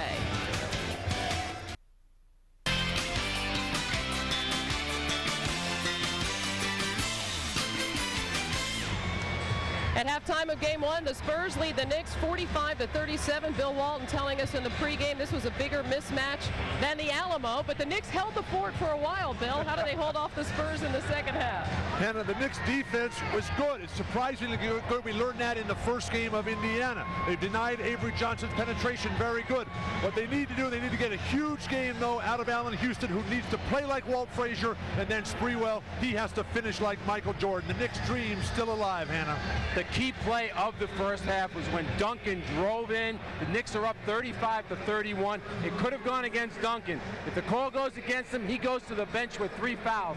Instead, he stays in the game. The Spurs go on a 14-2 roll. Duncan gets 9 of those 14 points. With a big man in foul trouble right now for the New York Knicks, Jeff Van Gundy has a decision he has to make. Does he come back and double team Robinson and Duncan in the post and leave their perimeter players open, or does he continue to play the post man one-on-one inside the post and risk more foul trouble for his big men? All right, now quickly to today's coaching news in the NBA. The Lakers hired Phil Jackson, and according to Peter, that's a 5-year deal worth $30 million. Also, the Washington Wizards introduced Gar Hurd as their new coach. Isaiah, the Wizards had been talking to you about that position. Hannah, we had discussions with the Wizards ownership. I think the management made a good decision in hiring Gar Hurd. He'll do an excellent job right there in Washington. He's paid his dues, and I'm happy to see Gar in Washington. Well, we're glad to keep you here, Isaiah. I'm glad to be here. Very coachable, by the way, Isaiah. Meanwhile, in track and field, American Maurice Green broke the world record in the 100 meters today. His time, 9.79. Canadian Donovan Bailey set the old record of 9.84 at the Atlanta Olympics. And the 99th U.S. Open Golf Championship gets underway tomorrow in Pinehurst, North Carolina. With a preview, here's Dick Enberg. Hannah Fame Pinehurst number 2 rests tonight on the eve of the 99th U.S. Open Championship. The world's best completed their final practice rounds today, almost to the man raving about the golf course. The big buzz directed at Pinehurst's unique domed undulating greens that should inspire creativity. The fans that are here, the fans that are going to be watching on NBC are going to see us play a lot of different golf shots this year, and it's going to be there's going to be a lot of creativity used around the greens. A lot of imagination has to be used around the greens. This is by far the best U.S. Open Championship by tenfold that I've ever seen and played in. And the world's number 1, David Duval, announced his burn injury shouldn't handicap his chances of winning that first major. As of now, I'm going to tell you that I think it's a non-issue. I won't know for sure until we start tomorrow, but right now I'd say it's not an issue. Our 4 days of NBC coverage begins tomorrow at 3 o'clock Eastern, 3 tomorrow for the opening round of this golf major. Anna? Thanks, Dick. Meanwhile, here in San Antonio, the Spurs lead the Knicks by 8. We'll send you back to Bob and Doug for the second half after these messages from your local station. This has been the Prudential Halftime Report, brought to you by Prudential. Prudential, a leader in insurance, investments, real estate, and financial services. See why Prudential is today's rock-solid choice for your financial needs.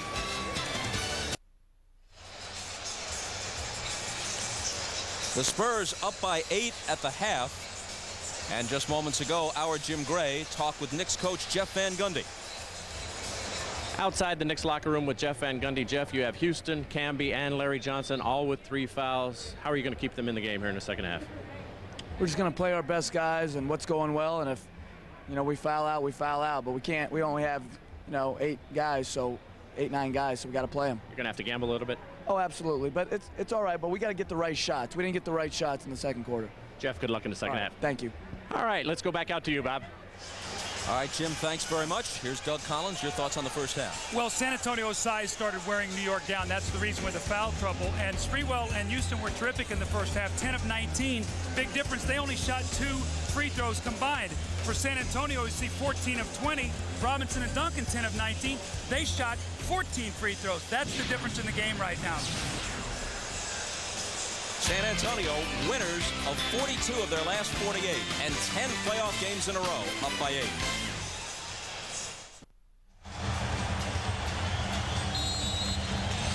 As we take a look at tonight's leaders, Avery Johnson has not attempted a shot from the field in this game. He took more shots than any Spur in the Portland series because of the way the Trailblazers geared their defense. The shots were there for him. Tonight so far, they have not been. So he's just been the distributor. Here's Larry Johnson, the Knicks with it as the second half begins. And a whistle before Sprewell can do anything with it. A 3-second violation against the Knicks. See, Chris Dudley thought the shot was going to be taken. When Sprewell didn't take it, he was in rebound position and got called. Bob, New York's got to get off to a good start here. After that second period, San Antonio is getting into a rhythm, and they're pounding that ball inside. How will they play the post here? Duncan and Robinson, a huge first half. Mario Elie into Sean Elliott. Elliott in the crowd had it knocked away. Avery Johnson picks it up and finds Duncan. 6 on the 24 as Elie drives and scores. And New York is asking for a 20-second timeout, less than a minute into the third quarter. Well, Jeff Van Gundy's not happy. They started out with a turnover, and then Mario Elie gets all the way to the rim for a layup. He's saying, look, we got to come over and contest this. We can't give up layups.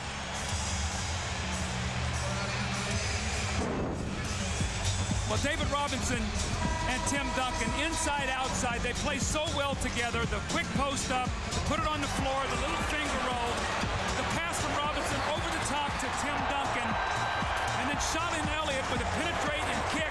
David Robinson with a nice little roll off the rim for the jump shot, and about 30 points and 15 rebounds, 3 block shots. They have dominated this first half.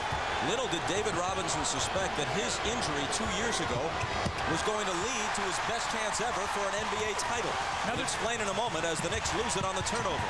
Jeff Van Gundy cannot be happy with that. Charlie Ward is really struggling. He might have to come back quickly with Childs. Avery Johnson's first shot. And the rebound is taken by Ward. Sprewell. Out to Houston. Gets it back. Working against Elie, gets a screen from Johnson and pops home the jumper. New York's run a lot of screen roll tonight. What they're doing is they're counting on the big men not stepping out, and that shot has been there for Houston and Sprewell tonight off that quick screen roll. Hold on, says Bennett Salvatore, just to go back to the point of a moment ago. In '97, when David Robinson missed most of the season with an injury, the Spurs went 20-62, qualified for the lottery, won the lottery, took Duncan. Without Duncan, there's no way they're here. Well, if you're going to be bad in the years when you can draft David Robinson and Duncan, and that's what's happened to San Antonio, the luck of the lottery. A decade apart, 87 and 97. Elliott, nice catch inside, switches to the left hand and finishes it. That's his first field goal. They've made a conscious effort to get him involved. He took 1 shot in the first half. They need him. And 2 possessions they've run for him. Now they finally get him a score. Spurs by 10. And another whistle at the other end. Tim Duncan picks up his third. Sean Elliott is normally their 3rd best scorer, and they need to get him involved. You see them working very hard in the post. New York's fronting the post. They're taking away any help. So if he catches that ball, he's got an easy layup.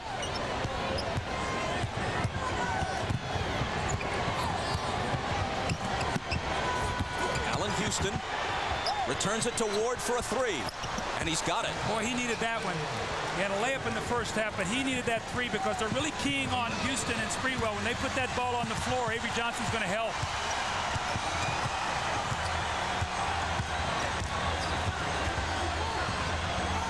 Here's Sean Elliott, Sprewell guarding him. Ball knocked loose and out of bounds and touched last by San Antonio.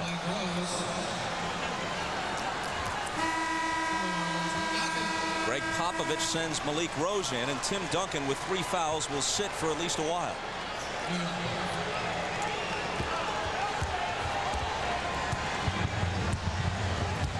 Knicks looking to cut into a 7-point deficit.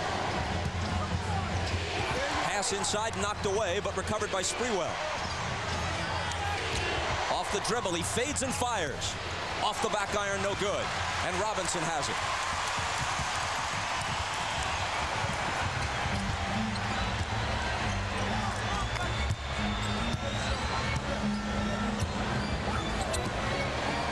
court, coming over to help Dudley with Robinson. Cutting through is Avery Johnson, and Robinson finds him.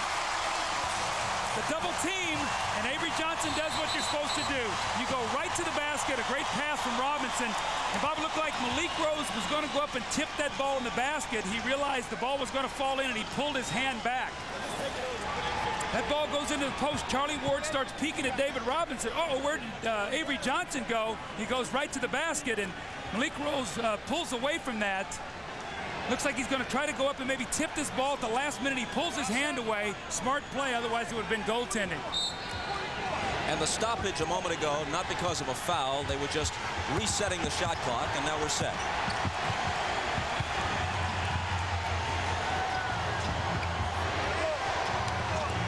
Larry Johnson inches into the paint, bounces out to Sprewell. Head fake on Elliott, but he traveled. Bob, in this season, remember, these two teams have not played each other. They're starting to feel each other out. New York had a great first quarter, 27 points. San Antonio's getting a handle on them defensively. They only have 15 points since then.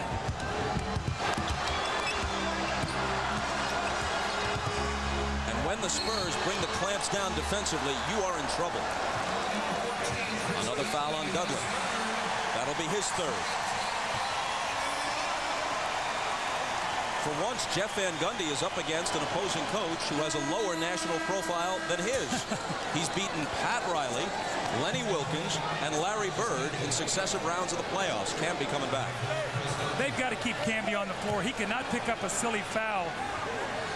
He had 1 of 3 field goals, no rebounds in that first half, no shot blocks. He has got to be an impact player.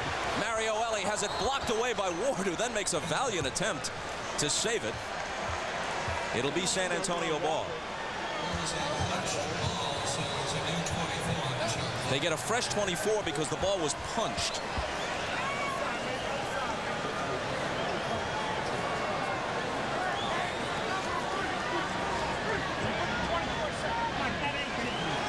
Spurs up by 9.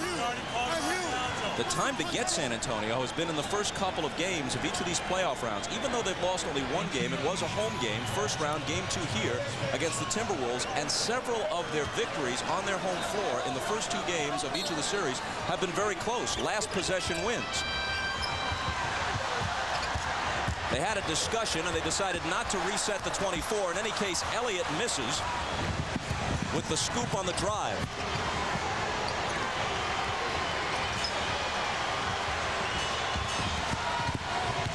Here's Charlie Ward. Inside to Johnson. In traffic, he's fouled. When the Spurs have gone on the road, that's when they've really brought the hammer down in games 3 and 4 at Minnesota, 3 and 4 at LA, 3 and 4 in Portland. And interestingly enough, most of that has come with more bench help. And Bob, that sort of goes against conventional wisdom. Normally your bench is not as effective. On the road, you count more on your starters, and your bench helps you more at home. That has not been the case with San Antonio. Foul on Malik Rose was his third, and Johnson hits the first.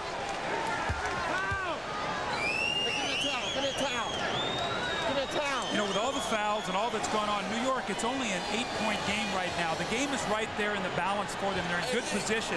They've got to generate some offense. And, you know, Bob, we've said this as we've covered the Spurs in the playoffs. Teams have to find ways to score against this team, and it's very, very difficult because of that shot blocking.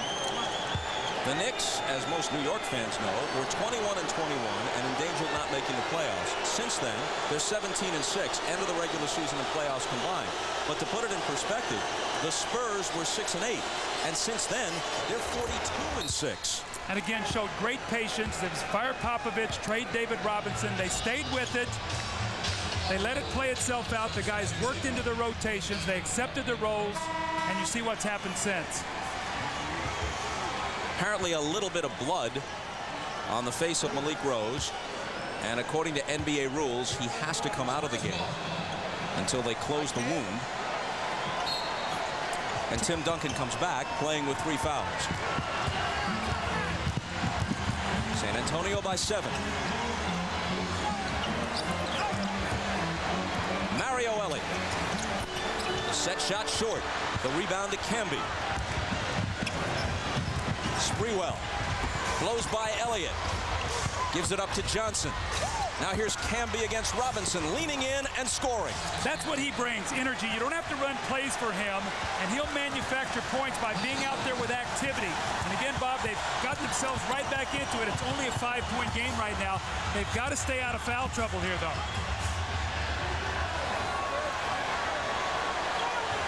Duncan turns to face the basket against Johnson. And an illegal defense is called against New York. That's the second, so it's a technical. What New York is trying to do defensively is they're not making a double team. They're trying to dig back in there and get help and then get back to their own people. And they've got caught a couple times getting below that illegal defensive area. And they've been whistled for it now. That's a technical, and they get the score. Mario Elie hits the tee.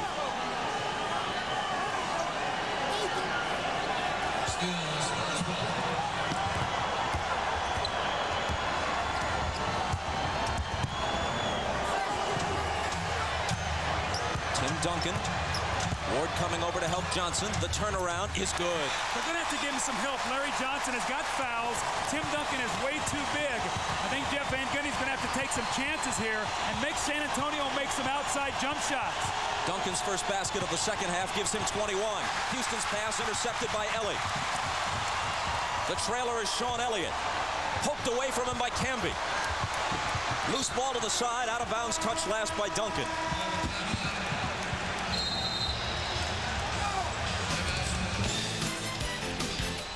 New York needs Marcus Camby. Energy, quickness. He has the size and length to finish around the basket over Duncan and Robinson. He gives him a layup.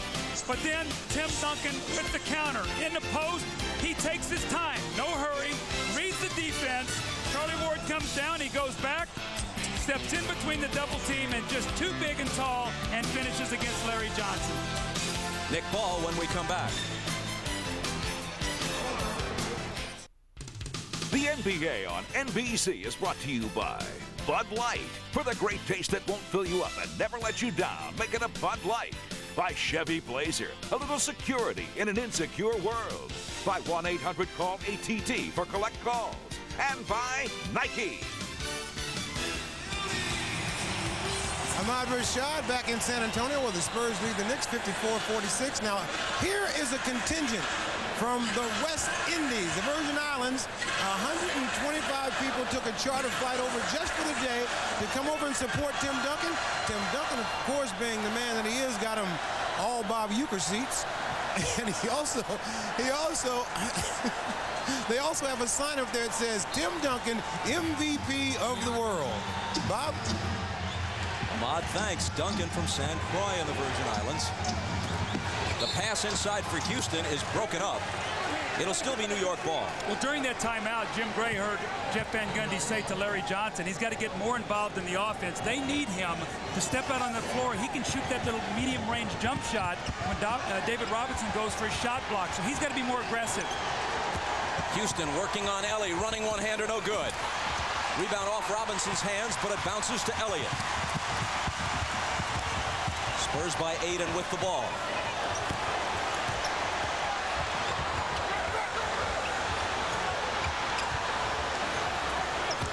Duncan spinning on Johnson. And the contingent from the Virgin Islands can erupt on that. You know, his primary sport was swimming as a teenager. And Hurricane Hugo ruined his high school's pool one year. And he was too afraid of sharks to swim in the ocean and train. And he turned his attentions to basketball primarily. So the Spurs may have Steven Spielberg to thank for their good fortune. The jumper by Sprewell is short, but how about the follow? Man, Camby just stuffed it through. Well, that's what we saw against Indiana. And unfortunately for New York in this game, he picked up 3 quick fouls, and he's really been out of it offensively. Maybe he can come to life here. Here's Avery Johnson.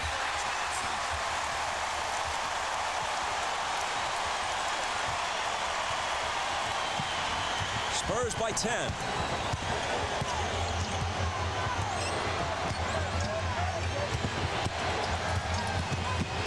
Ward got it. Charlie Ward with 7.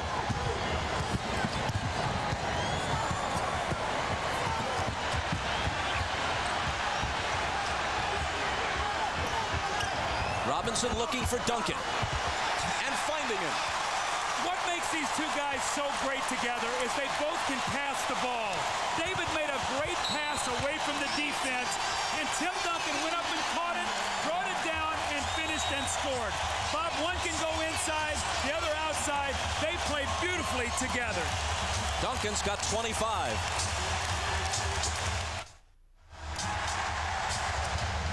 Tim Duncan is such a mismatch down low. With Camby in foul trouble, it puts him in such a bind because it forces a smaller Larry Johnson to guard him. Tim Duncan understands that, knows he can't block his shot, so he just takes his time, gets to a spot on the floor, turns and shoots the ball in rhythm. They front the post this time. He seals him. Robinson with a great pass over the top. And Tim Duncan, they've had no answers for in this game. You can see already 25 points tonight. And it seems like the Spurs always pick out that one matchup that is good for them. Tonight it's been Tim Duncan. And how's this for efficiency? He has those 25 points on 13 shots. He's 10 for 13. And how cold is New York since the first quarter? Symbolized by Allan Houston, who hit 5 of his first 6. He's 1 for 5 since then. Robinson on Johnson. 5 seconds to shoot. Larry Johnson spinning. Knocked back in his face, recovered by Camby, who beats the shot clock, but comes up empty. Johnson hustling after it, but can't quite come up with it. It's Avery Johnson for San Antonio. Sean Elliott all alone. Got it.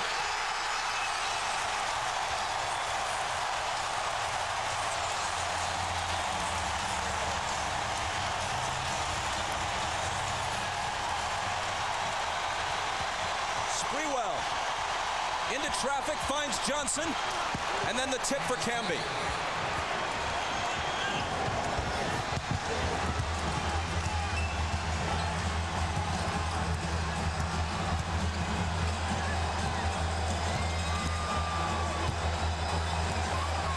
Robinson knocked away from him by Camby.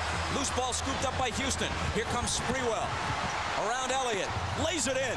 Bob, something's wrong with Marcus Camby. He's been a little gimpy getting down the floor both times on that play. He knocked the ball away from Robinson and was very slow getting up. Meanwhile, Sprewell on the dribble can move as fast as most people can run flat out.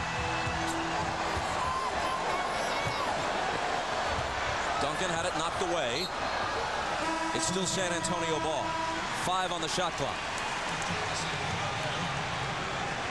Marcus Camby holding his side there. I don't know if he got kicked in the leg or got the breath knocked out of him, but boy, he's got to hang in there, Bob. He's come to life in this quarter and given them some baskets around the rim, something they've desperately needed. Here's Jaren Jackson, 2 seconds to shoot. Jackson does, and the Spurs have now made their last 6 shots from the field as they begin to pull away. So they had no outside shooting in the first half. It was all post-up Duncan Robinson. Now the outside guys are starting to get free. Sprewell quiets the crowd just a bit. He scored 14.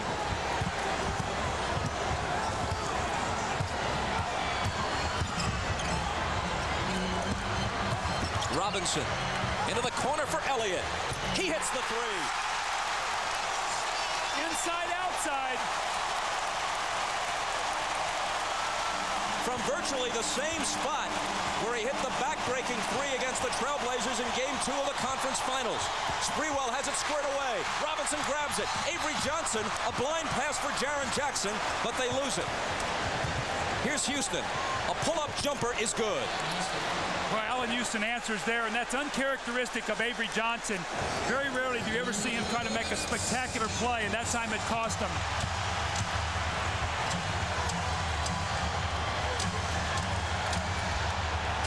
Here's Duncan, guarded by Thomas, driving on him, off-balance shot no good, into the arms of Camby, who is still a bit gimpy as he heads back to the other end of the floor. Sprewell again, good again. This guy's unbelievable. He's got more energy. He can't wait to get the ball in his hands. You think he's phased by any of this? I know he's not tired. He can't wait to get it again.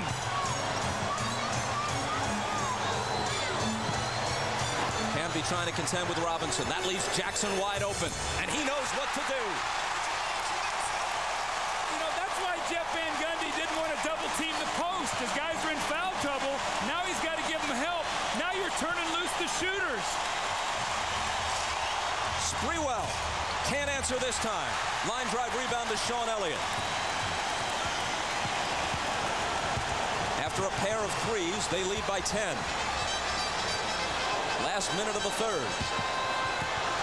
Robinson into the paint and a whistle.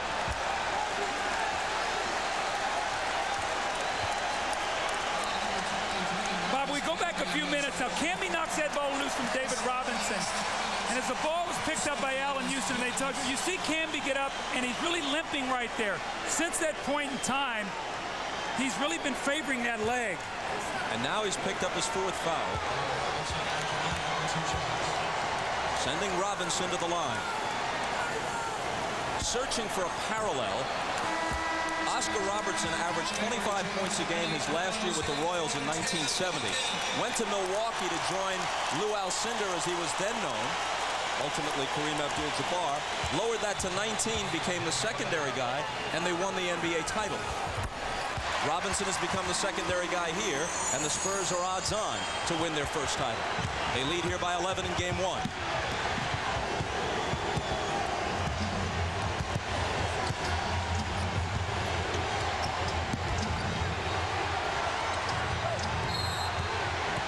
A whistle, illegal defense. Let's check with Jim Gray. All right, thanks, Bob. Mike Saunders right now is wrapping the left knee of Marcus Camby. It's a contusion that he suffered on his knee. Don't know right now his status. Camby indicated when he came back to the bench that it was bothering him, that he wanted to continue later in the game. We'll find out more and pass it on. Bob? Thanks, Jim. Both teams have now been hit with 2 illegal defense calls. Houston swishes the technical foul shot. New York ball. They trail by 10. 35 seconds on the game clock. Can they get a quick shot, a 2 for 1? If they get a couple scores here, Bob, get this under 10, they're still in the ball game. Houston for 3. It rattles in and out. Would have been a big one. Rebound tapped to the side. Sprewell saves it to Johnson. Wow, what a play. Here's Kurt Thomas inside from Ward. Great hustle that time by New York, and then Kurt Thomas used his body nicely to go away from David Robinson to get that basket. And with all this said and done, now it's an 8-point game. New York hanging in there. Foul to give for the Knicks here if they choose to. Jaren Jackson out of the corner to Steve Kerr. Up top, Sean Elliott. Here's the Admiral. Partially blocked and out of bounds with 2.9 seconds on the clock. Now, the reason they're not getting under the basket, he said it went behind the backboard and hit the support, so they'll get it sideline out of bounds. He said, Bob, 2.9. They've got to get a quick shot.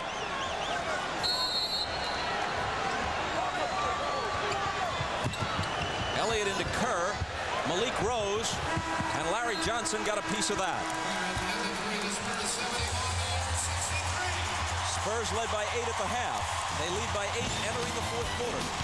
New York is not going to go away. They're showing great hustle and great heart. Sprewell with the save. He kicks the ball back in. It's going to be a nice pass underneath from Charlie Ward to Kurt Thomas. The shot blocker, David Robinson, is there. You seal him with your body. You go away from contact, and you get the score. Back after these words from your local station. This copyrighted telecast of the National Basketball Association is intended solely for the entertainment of our audience. And any retransmission, reproduction, rebroadcast, or other dissemination or use of this telecast, or of the pictures, descriptions, or accounts of this game, without the express written consent of the National Basketball Association, is prohibited.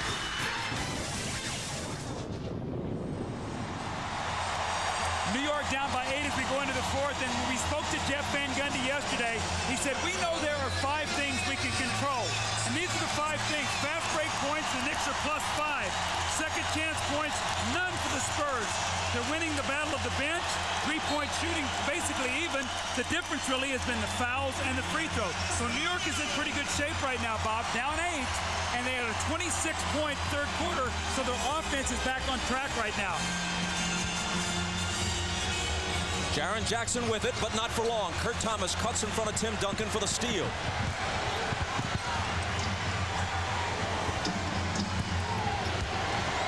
Fourth quarter opens on a good note for the Knicks.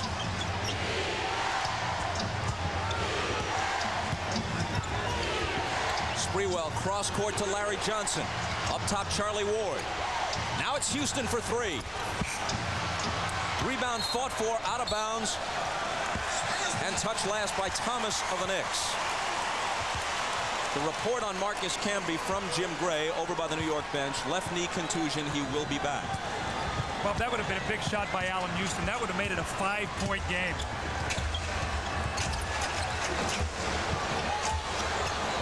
Steve Kerr lobbing for Duncan. Two defenders on him. Cross court to Elliott. His three, no good. Bounces up, hits the shot clock. New York ball. I expect New York to be much more aggressive defensively in the double teams in this fourth quarter. It might be that they were saving their double teams to get into the fourth quarter to force them to shoot the ball from the perimeter. You saw the quick double team that time. New York, a very small team on the floor. No Dudley, Camby hurt, and Larry Johnson right now is still a little bit gimpy, but a very small team for New York. Quickness, speed, they want to penetrate and make shots. Charlie Ward turns and asks for a timeout. Chris Dudley was at the scorer's table getting ready to check in, so he'll be in the New York lineup when play resumes. 10:52 to play in the fourth. Spurs by 8. The NBA on NBC is brought to you by Miller Lite. Taste a true Pilsner. By Ford Ranger, the only compact pickup built Ford tough. And by Lake Placid. You'll never know what fits you. Opens wide July 16th. The reason Jeff Van Gundy took that timeout is you're going to see Larry Johnson here on this play. He gets that right leg extend. And remember, he had the brace taken off in that first half. So he looks like he hyperextends that leg a little bit, the one that was so sore coming into this game. Jeff Van Gundy took the timeout to talk to him. Get one more look here. You see it's the right leg. And you can just see he overextends it just a little bit. Nothing serious, but when it's that sore, and you see Larry Johnson now sitting on the bench, and again, he took that brace off, which makes him more susceptible to re-injuring that leg. Johnson has played 17 minutes tonight. He scored 5 points, taken 1 rebound. Houston was fouled as we go to Jim Gray. All right, Bob, the report from Mike Saunders, the Knicks trainer, is Larry Johnson tweaked his knee a little bit, twisted it slightly. He refused any treatment, any ice. He wants to return to the game and probably will. Bob? Jim, thanks again. The foul on Jaren Jackson was his 4th. Johnson watches his teammate Houston go to the line and hit the first. Allan's wife, Tammy, gave birth to a baby girl this week, little Remy. I was kidding Allan before the game. I said, Allan, you'll go to any cost to be able to get out of a practice. I said, you tell your coach you'll get a big game in Game 6. He had 32. They eliminate Indiana.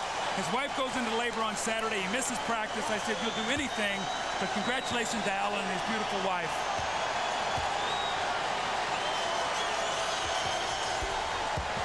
And he brings them to within 6.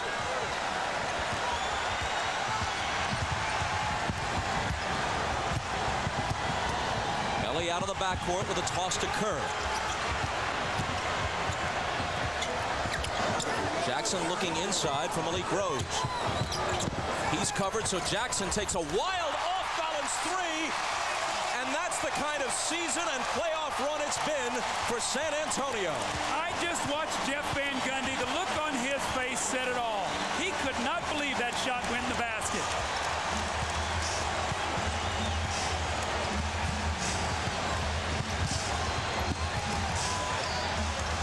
Six on the shot clock. Childs holding it. They've got to get something away. It's Childs over Kerr. And the rebound taken by Elie. Bob, that could be a critical play as New York tries to get back into this game. They score here, and it goes from 6 to 11 very quickly to thwart that rally. Jaren Jackson drives around Sprewell and loses it.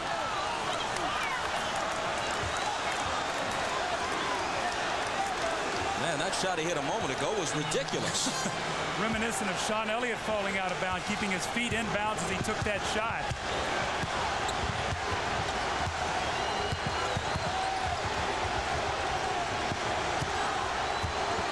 Here's Allan Houston spinning. Left hand.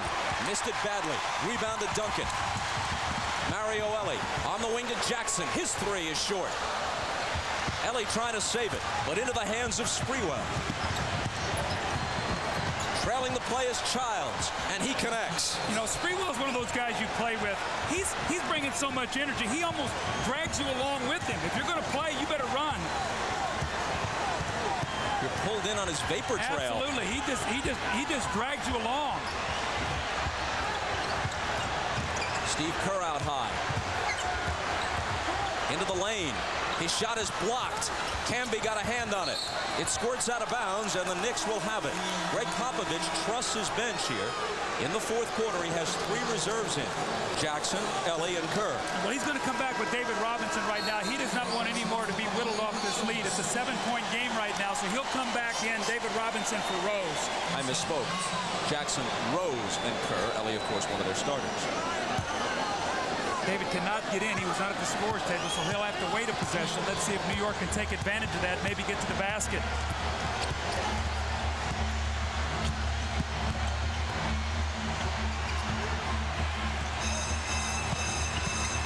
Sprewell finding Camby. Little touch pass over to Thomas, and a foul.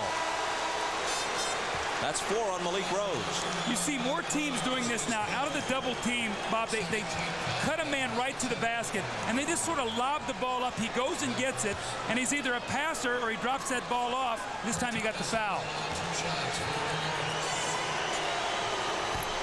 Misses the first tonight.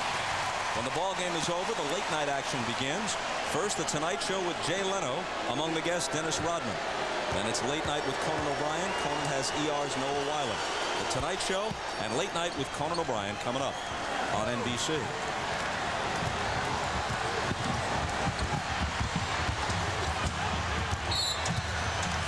Childs reaching in and fouling Mario Elie. That's number 2 on Chris, who was in the Spurs training camp back in '93. He was cut by John Lucas. San Antonio must go back inside to Robinson and Duncan. You've got Camby and Thomas in the game. You've got to go with what worked for you in the first half. That's the 2 big guys inside. Jaren Jackson surrounded. Knicks putting the pressure on, and Jackson asks for a timeout. It'll be a 20.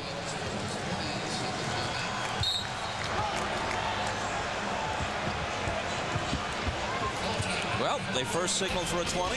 It turns into a full timeout. You know what we do then. Please watch these commercial messages.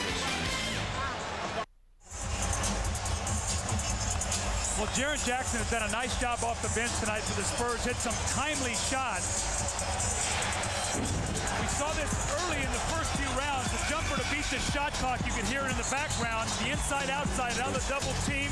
The 3-point jumper, and then this desperation shot where he just muscles it into the basket.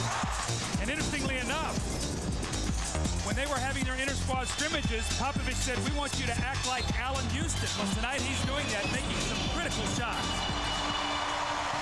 Inbound pass comes to Robinson, who scored only 1 point in the second half.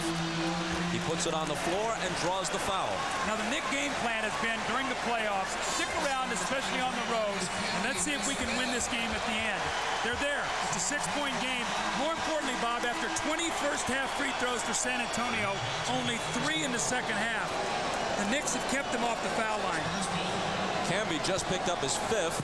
He sits. Johnson comes back in.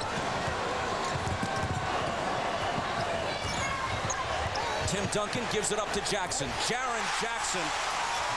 Right on time. Man.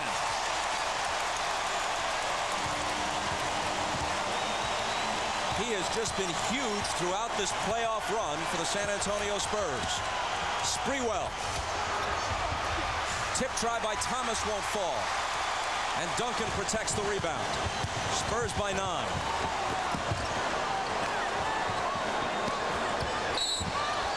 And as Jackson tries to find Robinson inside, Larry Johnson was holding the Admiral.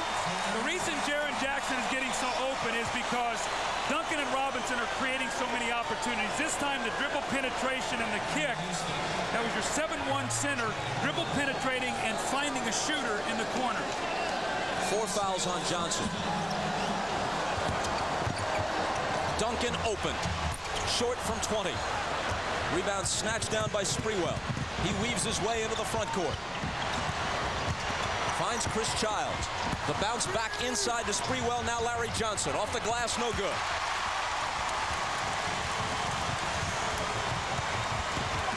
Elie misses the reverse. Tough attempt, and it almost fell for him. Racehorse pace, Kurt Thomas. Robinson cuts him off. He turns and tries the jumper over him, and a foul on the play. It'll be number 3 on Robinson. Foul trouble is still a big story right now when you look at about 7:04 to go in this ball game. David Robinson picks up his 3rd. But you see Camby with 5, Johnson with 4, Dudley and Houston with 3, Jackson and Rose with 4, both those guys off the bench. Duncan and Robinson still in good shape with only 3. Sprewell's jumper is off. Robinson has the rebound.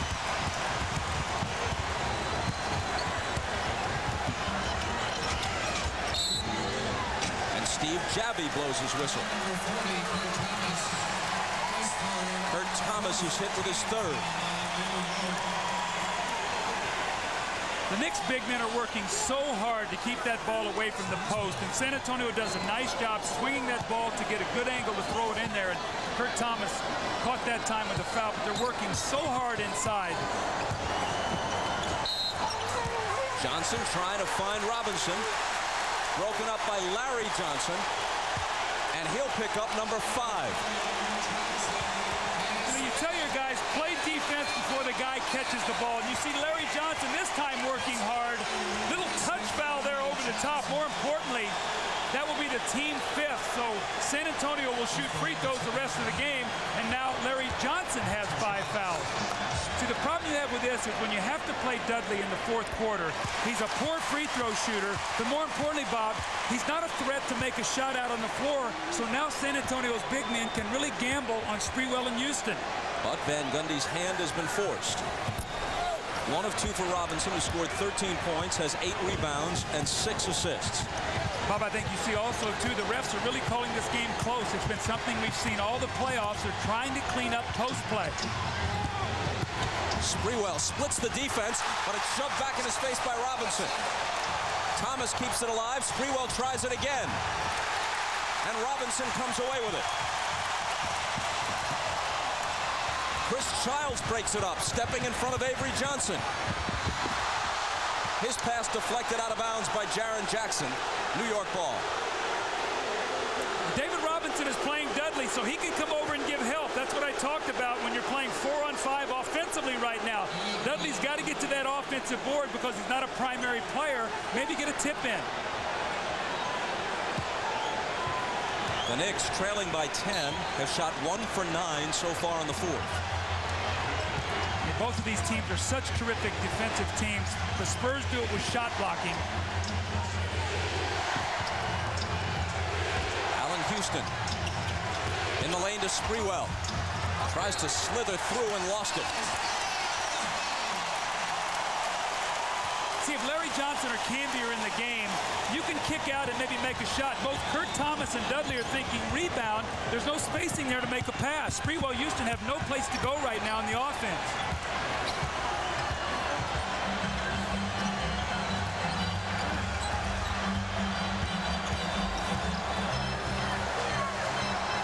Duncan turning on Dudley and scoring.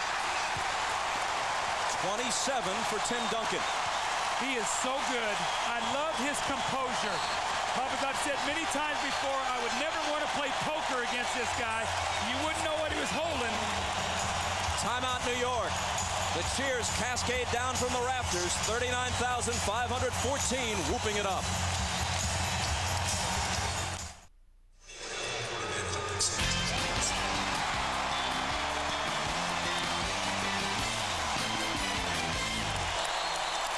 San Antonio leads by 12, 5:24 to go. And Bob, what's happened to me in this game is San Antonio got off to a little slow start. New York jumped on them. They were a little rusty. They've gotten their legs, and they've done it by pounding the ball inside, going to their big people who've really softened up the defense and really forced New York to be in terrible foul trouble early in this game.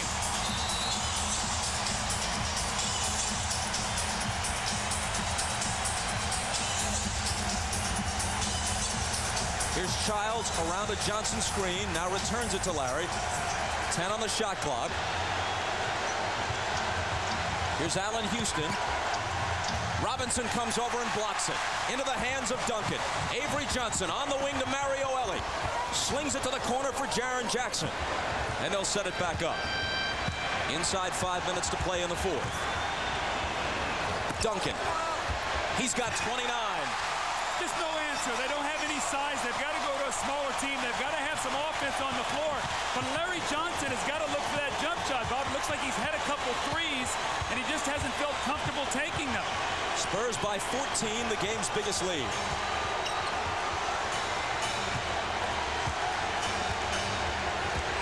Childs on the move to the left hand, missed it. Thomas follows and connects.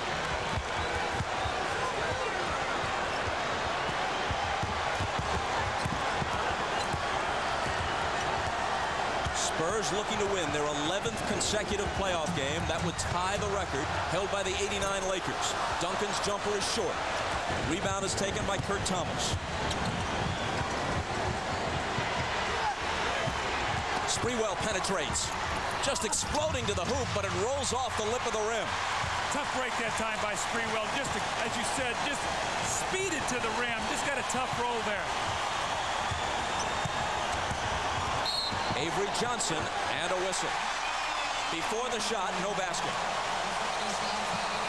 A reminder, following the game on most of these NBC stations, it's the late local news, then the Tonight Show. For those of you who'd like to continue with coverage of the finals, there's a post-game special on CNBC immediately following the game. I think that'll be with our buddies Bill Walton and Steve Jones, correct? You guys who did a great job covering the Eastern Conference Finals. The snapper and Bill, never short for an opinion or for a disagreement. The team of Jones and Walton on CNBC after the game. Avery Johnson comes up empty. Johnson out, Camby in for the Knicks. Allan Houston trying to make something happen and can't. The rebound to Robinson. Elie's doing a good job. He's really keeping him out of the lane, bumping him and forcing him to take some tough shots. Looks like Allan's getting a little tired.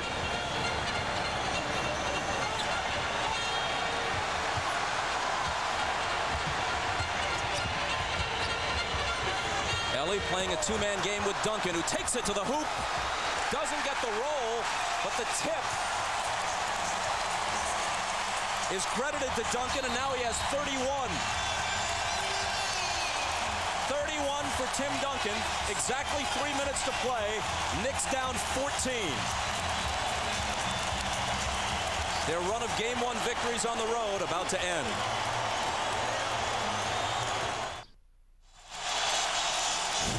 At the start of the game, we talked about the proverbial window of opportunity. At the beginning of the contest, San Antonio tried to physically intimidate their visitors. They forgot that that just energizes the Knicks. New York's early success was a wake-up call for the league's best, but the alarm signaled a clinic in championship-style play led by Tim Duncan and David Robinson. Then the hot hand of Jaren Jackson brought about the Knicks' worst fear. How do you stop all the weapons the Spurs bring into these NBA Finals? Bob, in the fourth quarter, Sprewell and Houston are a combined 0 for 8. And what I think you've seen is what we talked about, how hard they're working to get their scores. Allan or Sprewell, they beat somebody off the dribble. They run into either Duncan or Robinson. They have to work so hard for their shots. They're just wearing down right now. New York trailed by 8 at the start of the quarter. Here's Childs. It would have been a 2. It's no good. Thomas clears it, gives them another try. New York is now 2 for 15 in this quarter, and they've scored but 7 points. Make it 9 as Thomas swishes one off the baseline. But they still trail by a dozen. Jaren Jackson. Now David Robinson. He has it back.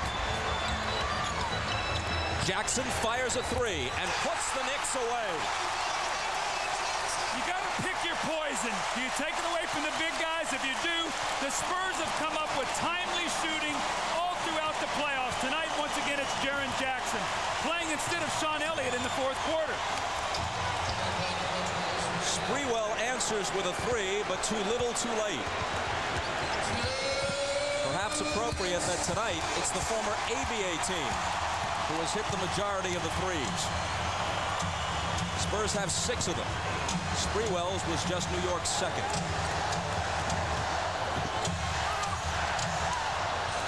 The pass from Jackson for Robinson actually hit the rim. New York claims it. Robinson pokes it away. Duncan with a great save. What hasn't he done tonight?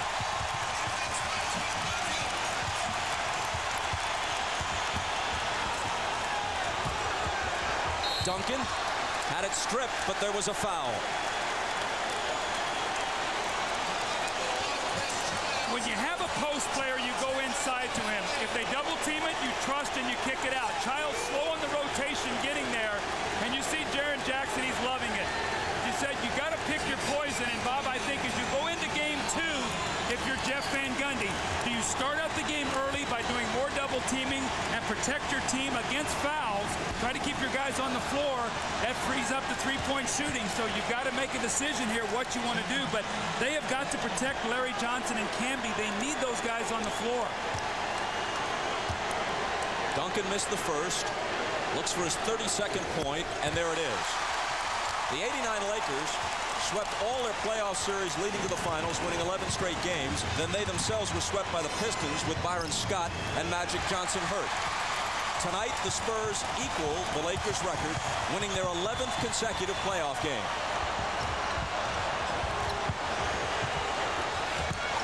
Duncan knocked away, and another trip to the foul line.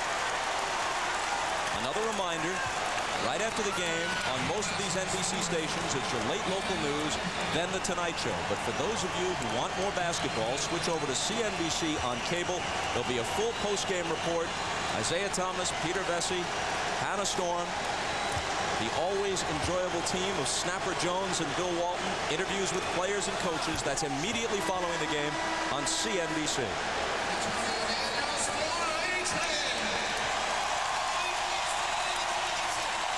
Avery Johnson and David Robinson go out to thunderous applause. As we talked in our open, the Spurs have faced 3 different kind of teams in the first 3 rounds. Minnesota, they said Avery Johnson is going to beat us. Bob, he's only taken about 1 or 2 shots tonight. In round 2, it was Tim Duncan. In round 3, Robinson. Tonight, the big Twin Towers again and the timely shooting of Jaren Jackson. They have the right pieces around those big guys, and they've seen every kind of defense, and they've adjusted. Camby stuffed home Sprewell's whirling miss, but it's all just bookkeeping now. 89-77. Duncan's jumper. Thomas a rebound. Childs for 3. Elie has it. 4 on 2. Antonio Daniels. Jaren Jackson. Thought about a 3, won't take it. Daniels with a fadeaway. Sprewell runs it down as the clock runs down. The rebound is taken by Duncan. That puts a capper on his night. A night which saw him score 33 points, take 16 boards, and block 2 shots. Game 1 to the Spurs. 27-point first quarter, 50 points thereafter. The thing you talk about, how do you score against the Spurs? Portland only 76 a game. Tonight, New York 77. Once again, the Spurs defense and the Twin Towers. And we go to Ahmad Rashad. All right, thanks, Bob. Tim, you can tell the time off. You guys were a little bit rusty at the start of the game, but started to get in the flows towards the end of the second quarter. Yeah, we knew we'd come out a little rusty and we'd have a little time to get into it, but we know we played 48 minutes, played all the way through, and we just got back into it. In the first half, not many outside shots. In the second half, you started to open up. What opened it up for you, Gerard? We finally got into some rhythm. I was able to start hitting my shots. I hit a tough one in the corner, but I got into a little rhythm. Tim was feeding me outside the post, and we just played a solid game tonight. All right, confidence-wise, what's this win do for you? Oh, it feels great to get this first one, knowing that we had those 10, 11 days off, and to come back here and play as well as we did down the stretch. It's great for us, and we know we can play better. And you played great for those fans up there that came in from your home team. Yeah, great. It was great to have them here. It's just an awesome feeling. All right, thank you. Congratulations, guys. Let's go over to Jim Gray. All right, thank you very much, Ahmad. I'm here with Avery Johnson. Avery, it seemed as though you guys were a little rusty when you came out. Did it take a while for you guys to find your legs in your game? Yes, Jim. I know I was tired the whole game, but it's the finals, and I just thank the Lord Jesus for this opportunity. We fought through the rust, and we had to get this game behind us. Tim Duncan continues to amaze all the people who really haven't had an opportunity to see him this year. What did Tim do in these 10 days off to get himself all prepared and to come out with this type of performance? Tim didn't like the way he started off against the Trailblazers, so he really worked hard during this break, harder than he did the last time. And I saw it in his eyes before the game, so I said, big fella, we gonna come to you the whole game. You can keep this up?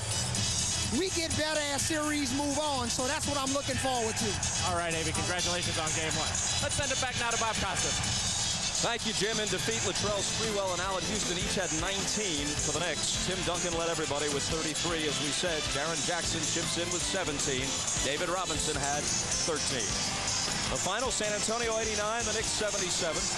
We'll see you Friday for Game 2, 9 o'clock Eastern Time from here in San Antonio. And here you see the rest of the schedule for the 1999 NBA Finals. Coming up after your late local news, The Tonight Show with Jay Leno. Among the guests, Dennis Rodman. Then it's Late Night with Conan O'Brien. For those of you who'd like to continue with NBA coverage, a post-game report is immediately available on CNBC. For Doug Collins, Ahmad Rashad, and Jim Gray, I'm Bob Costas. This has been the NBA on NBC.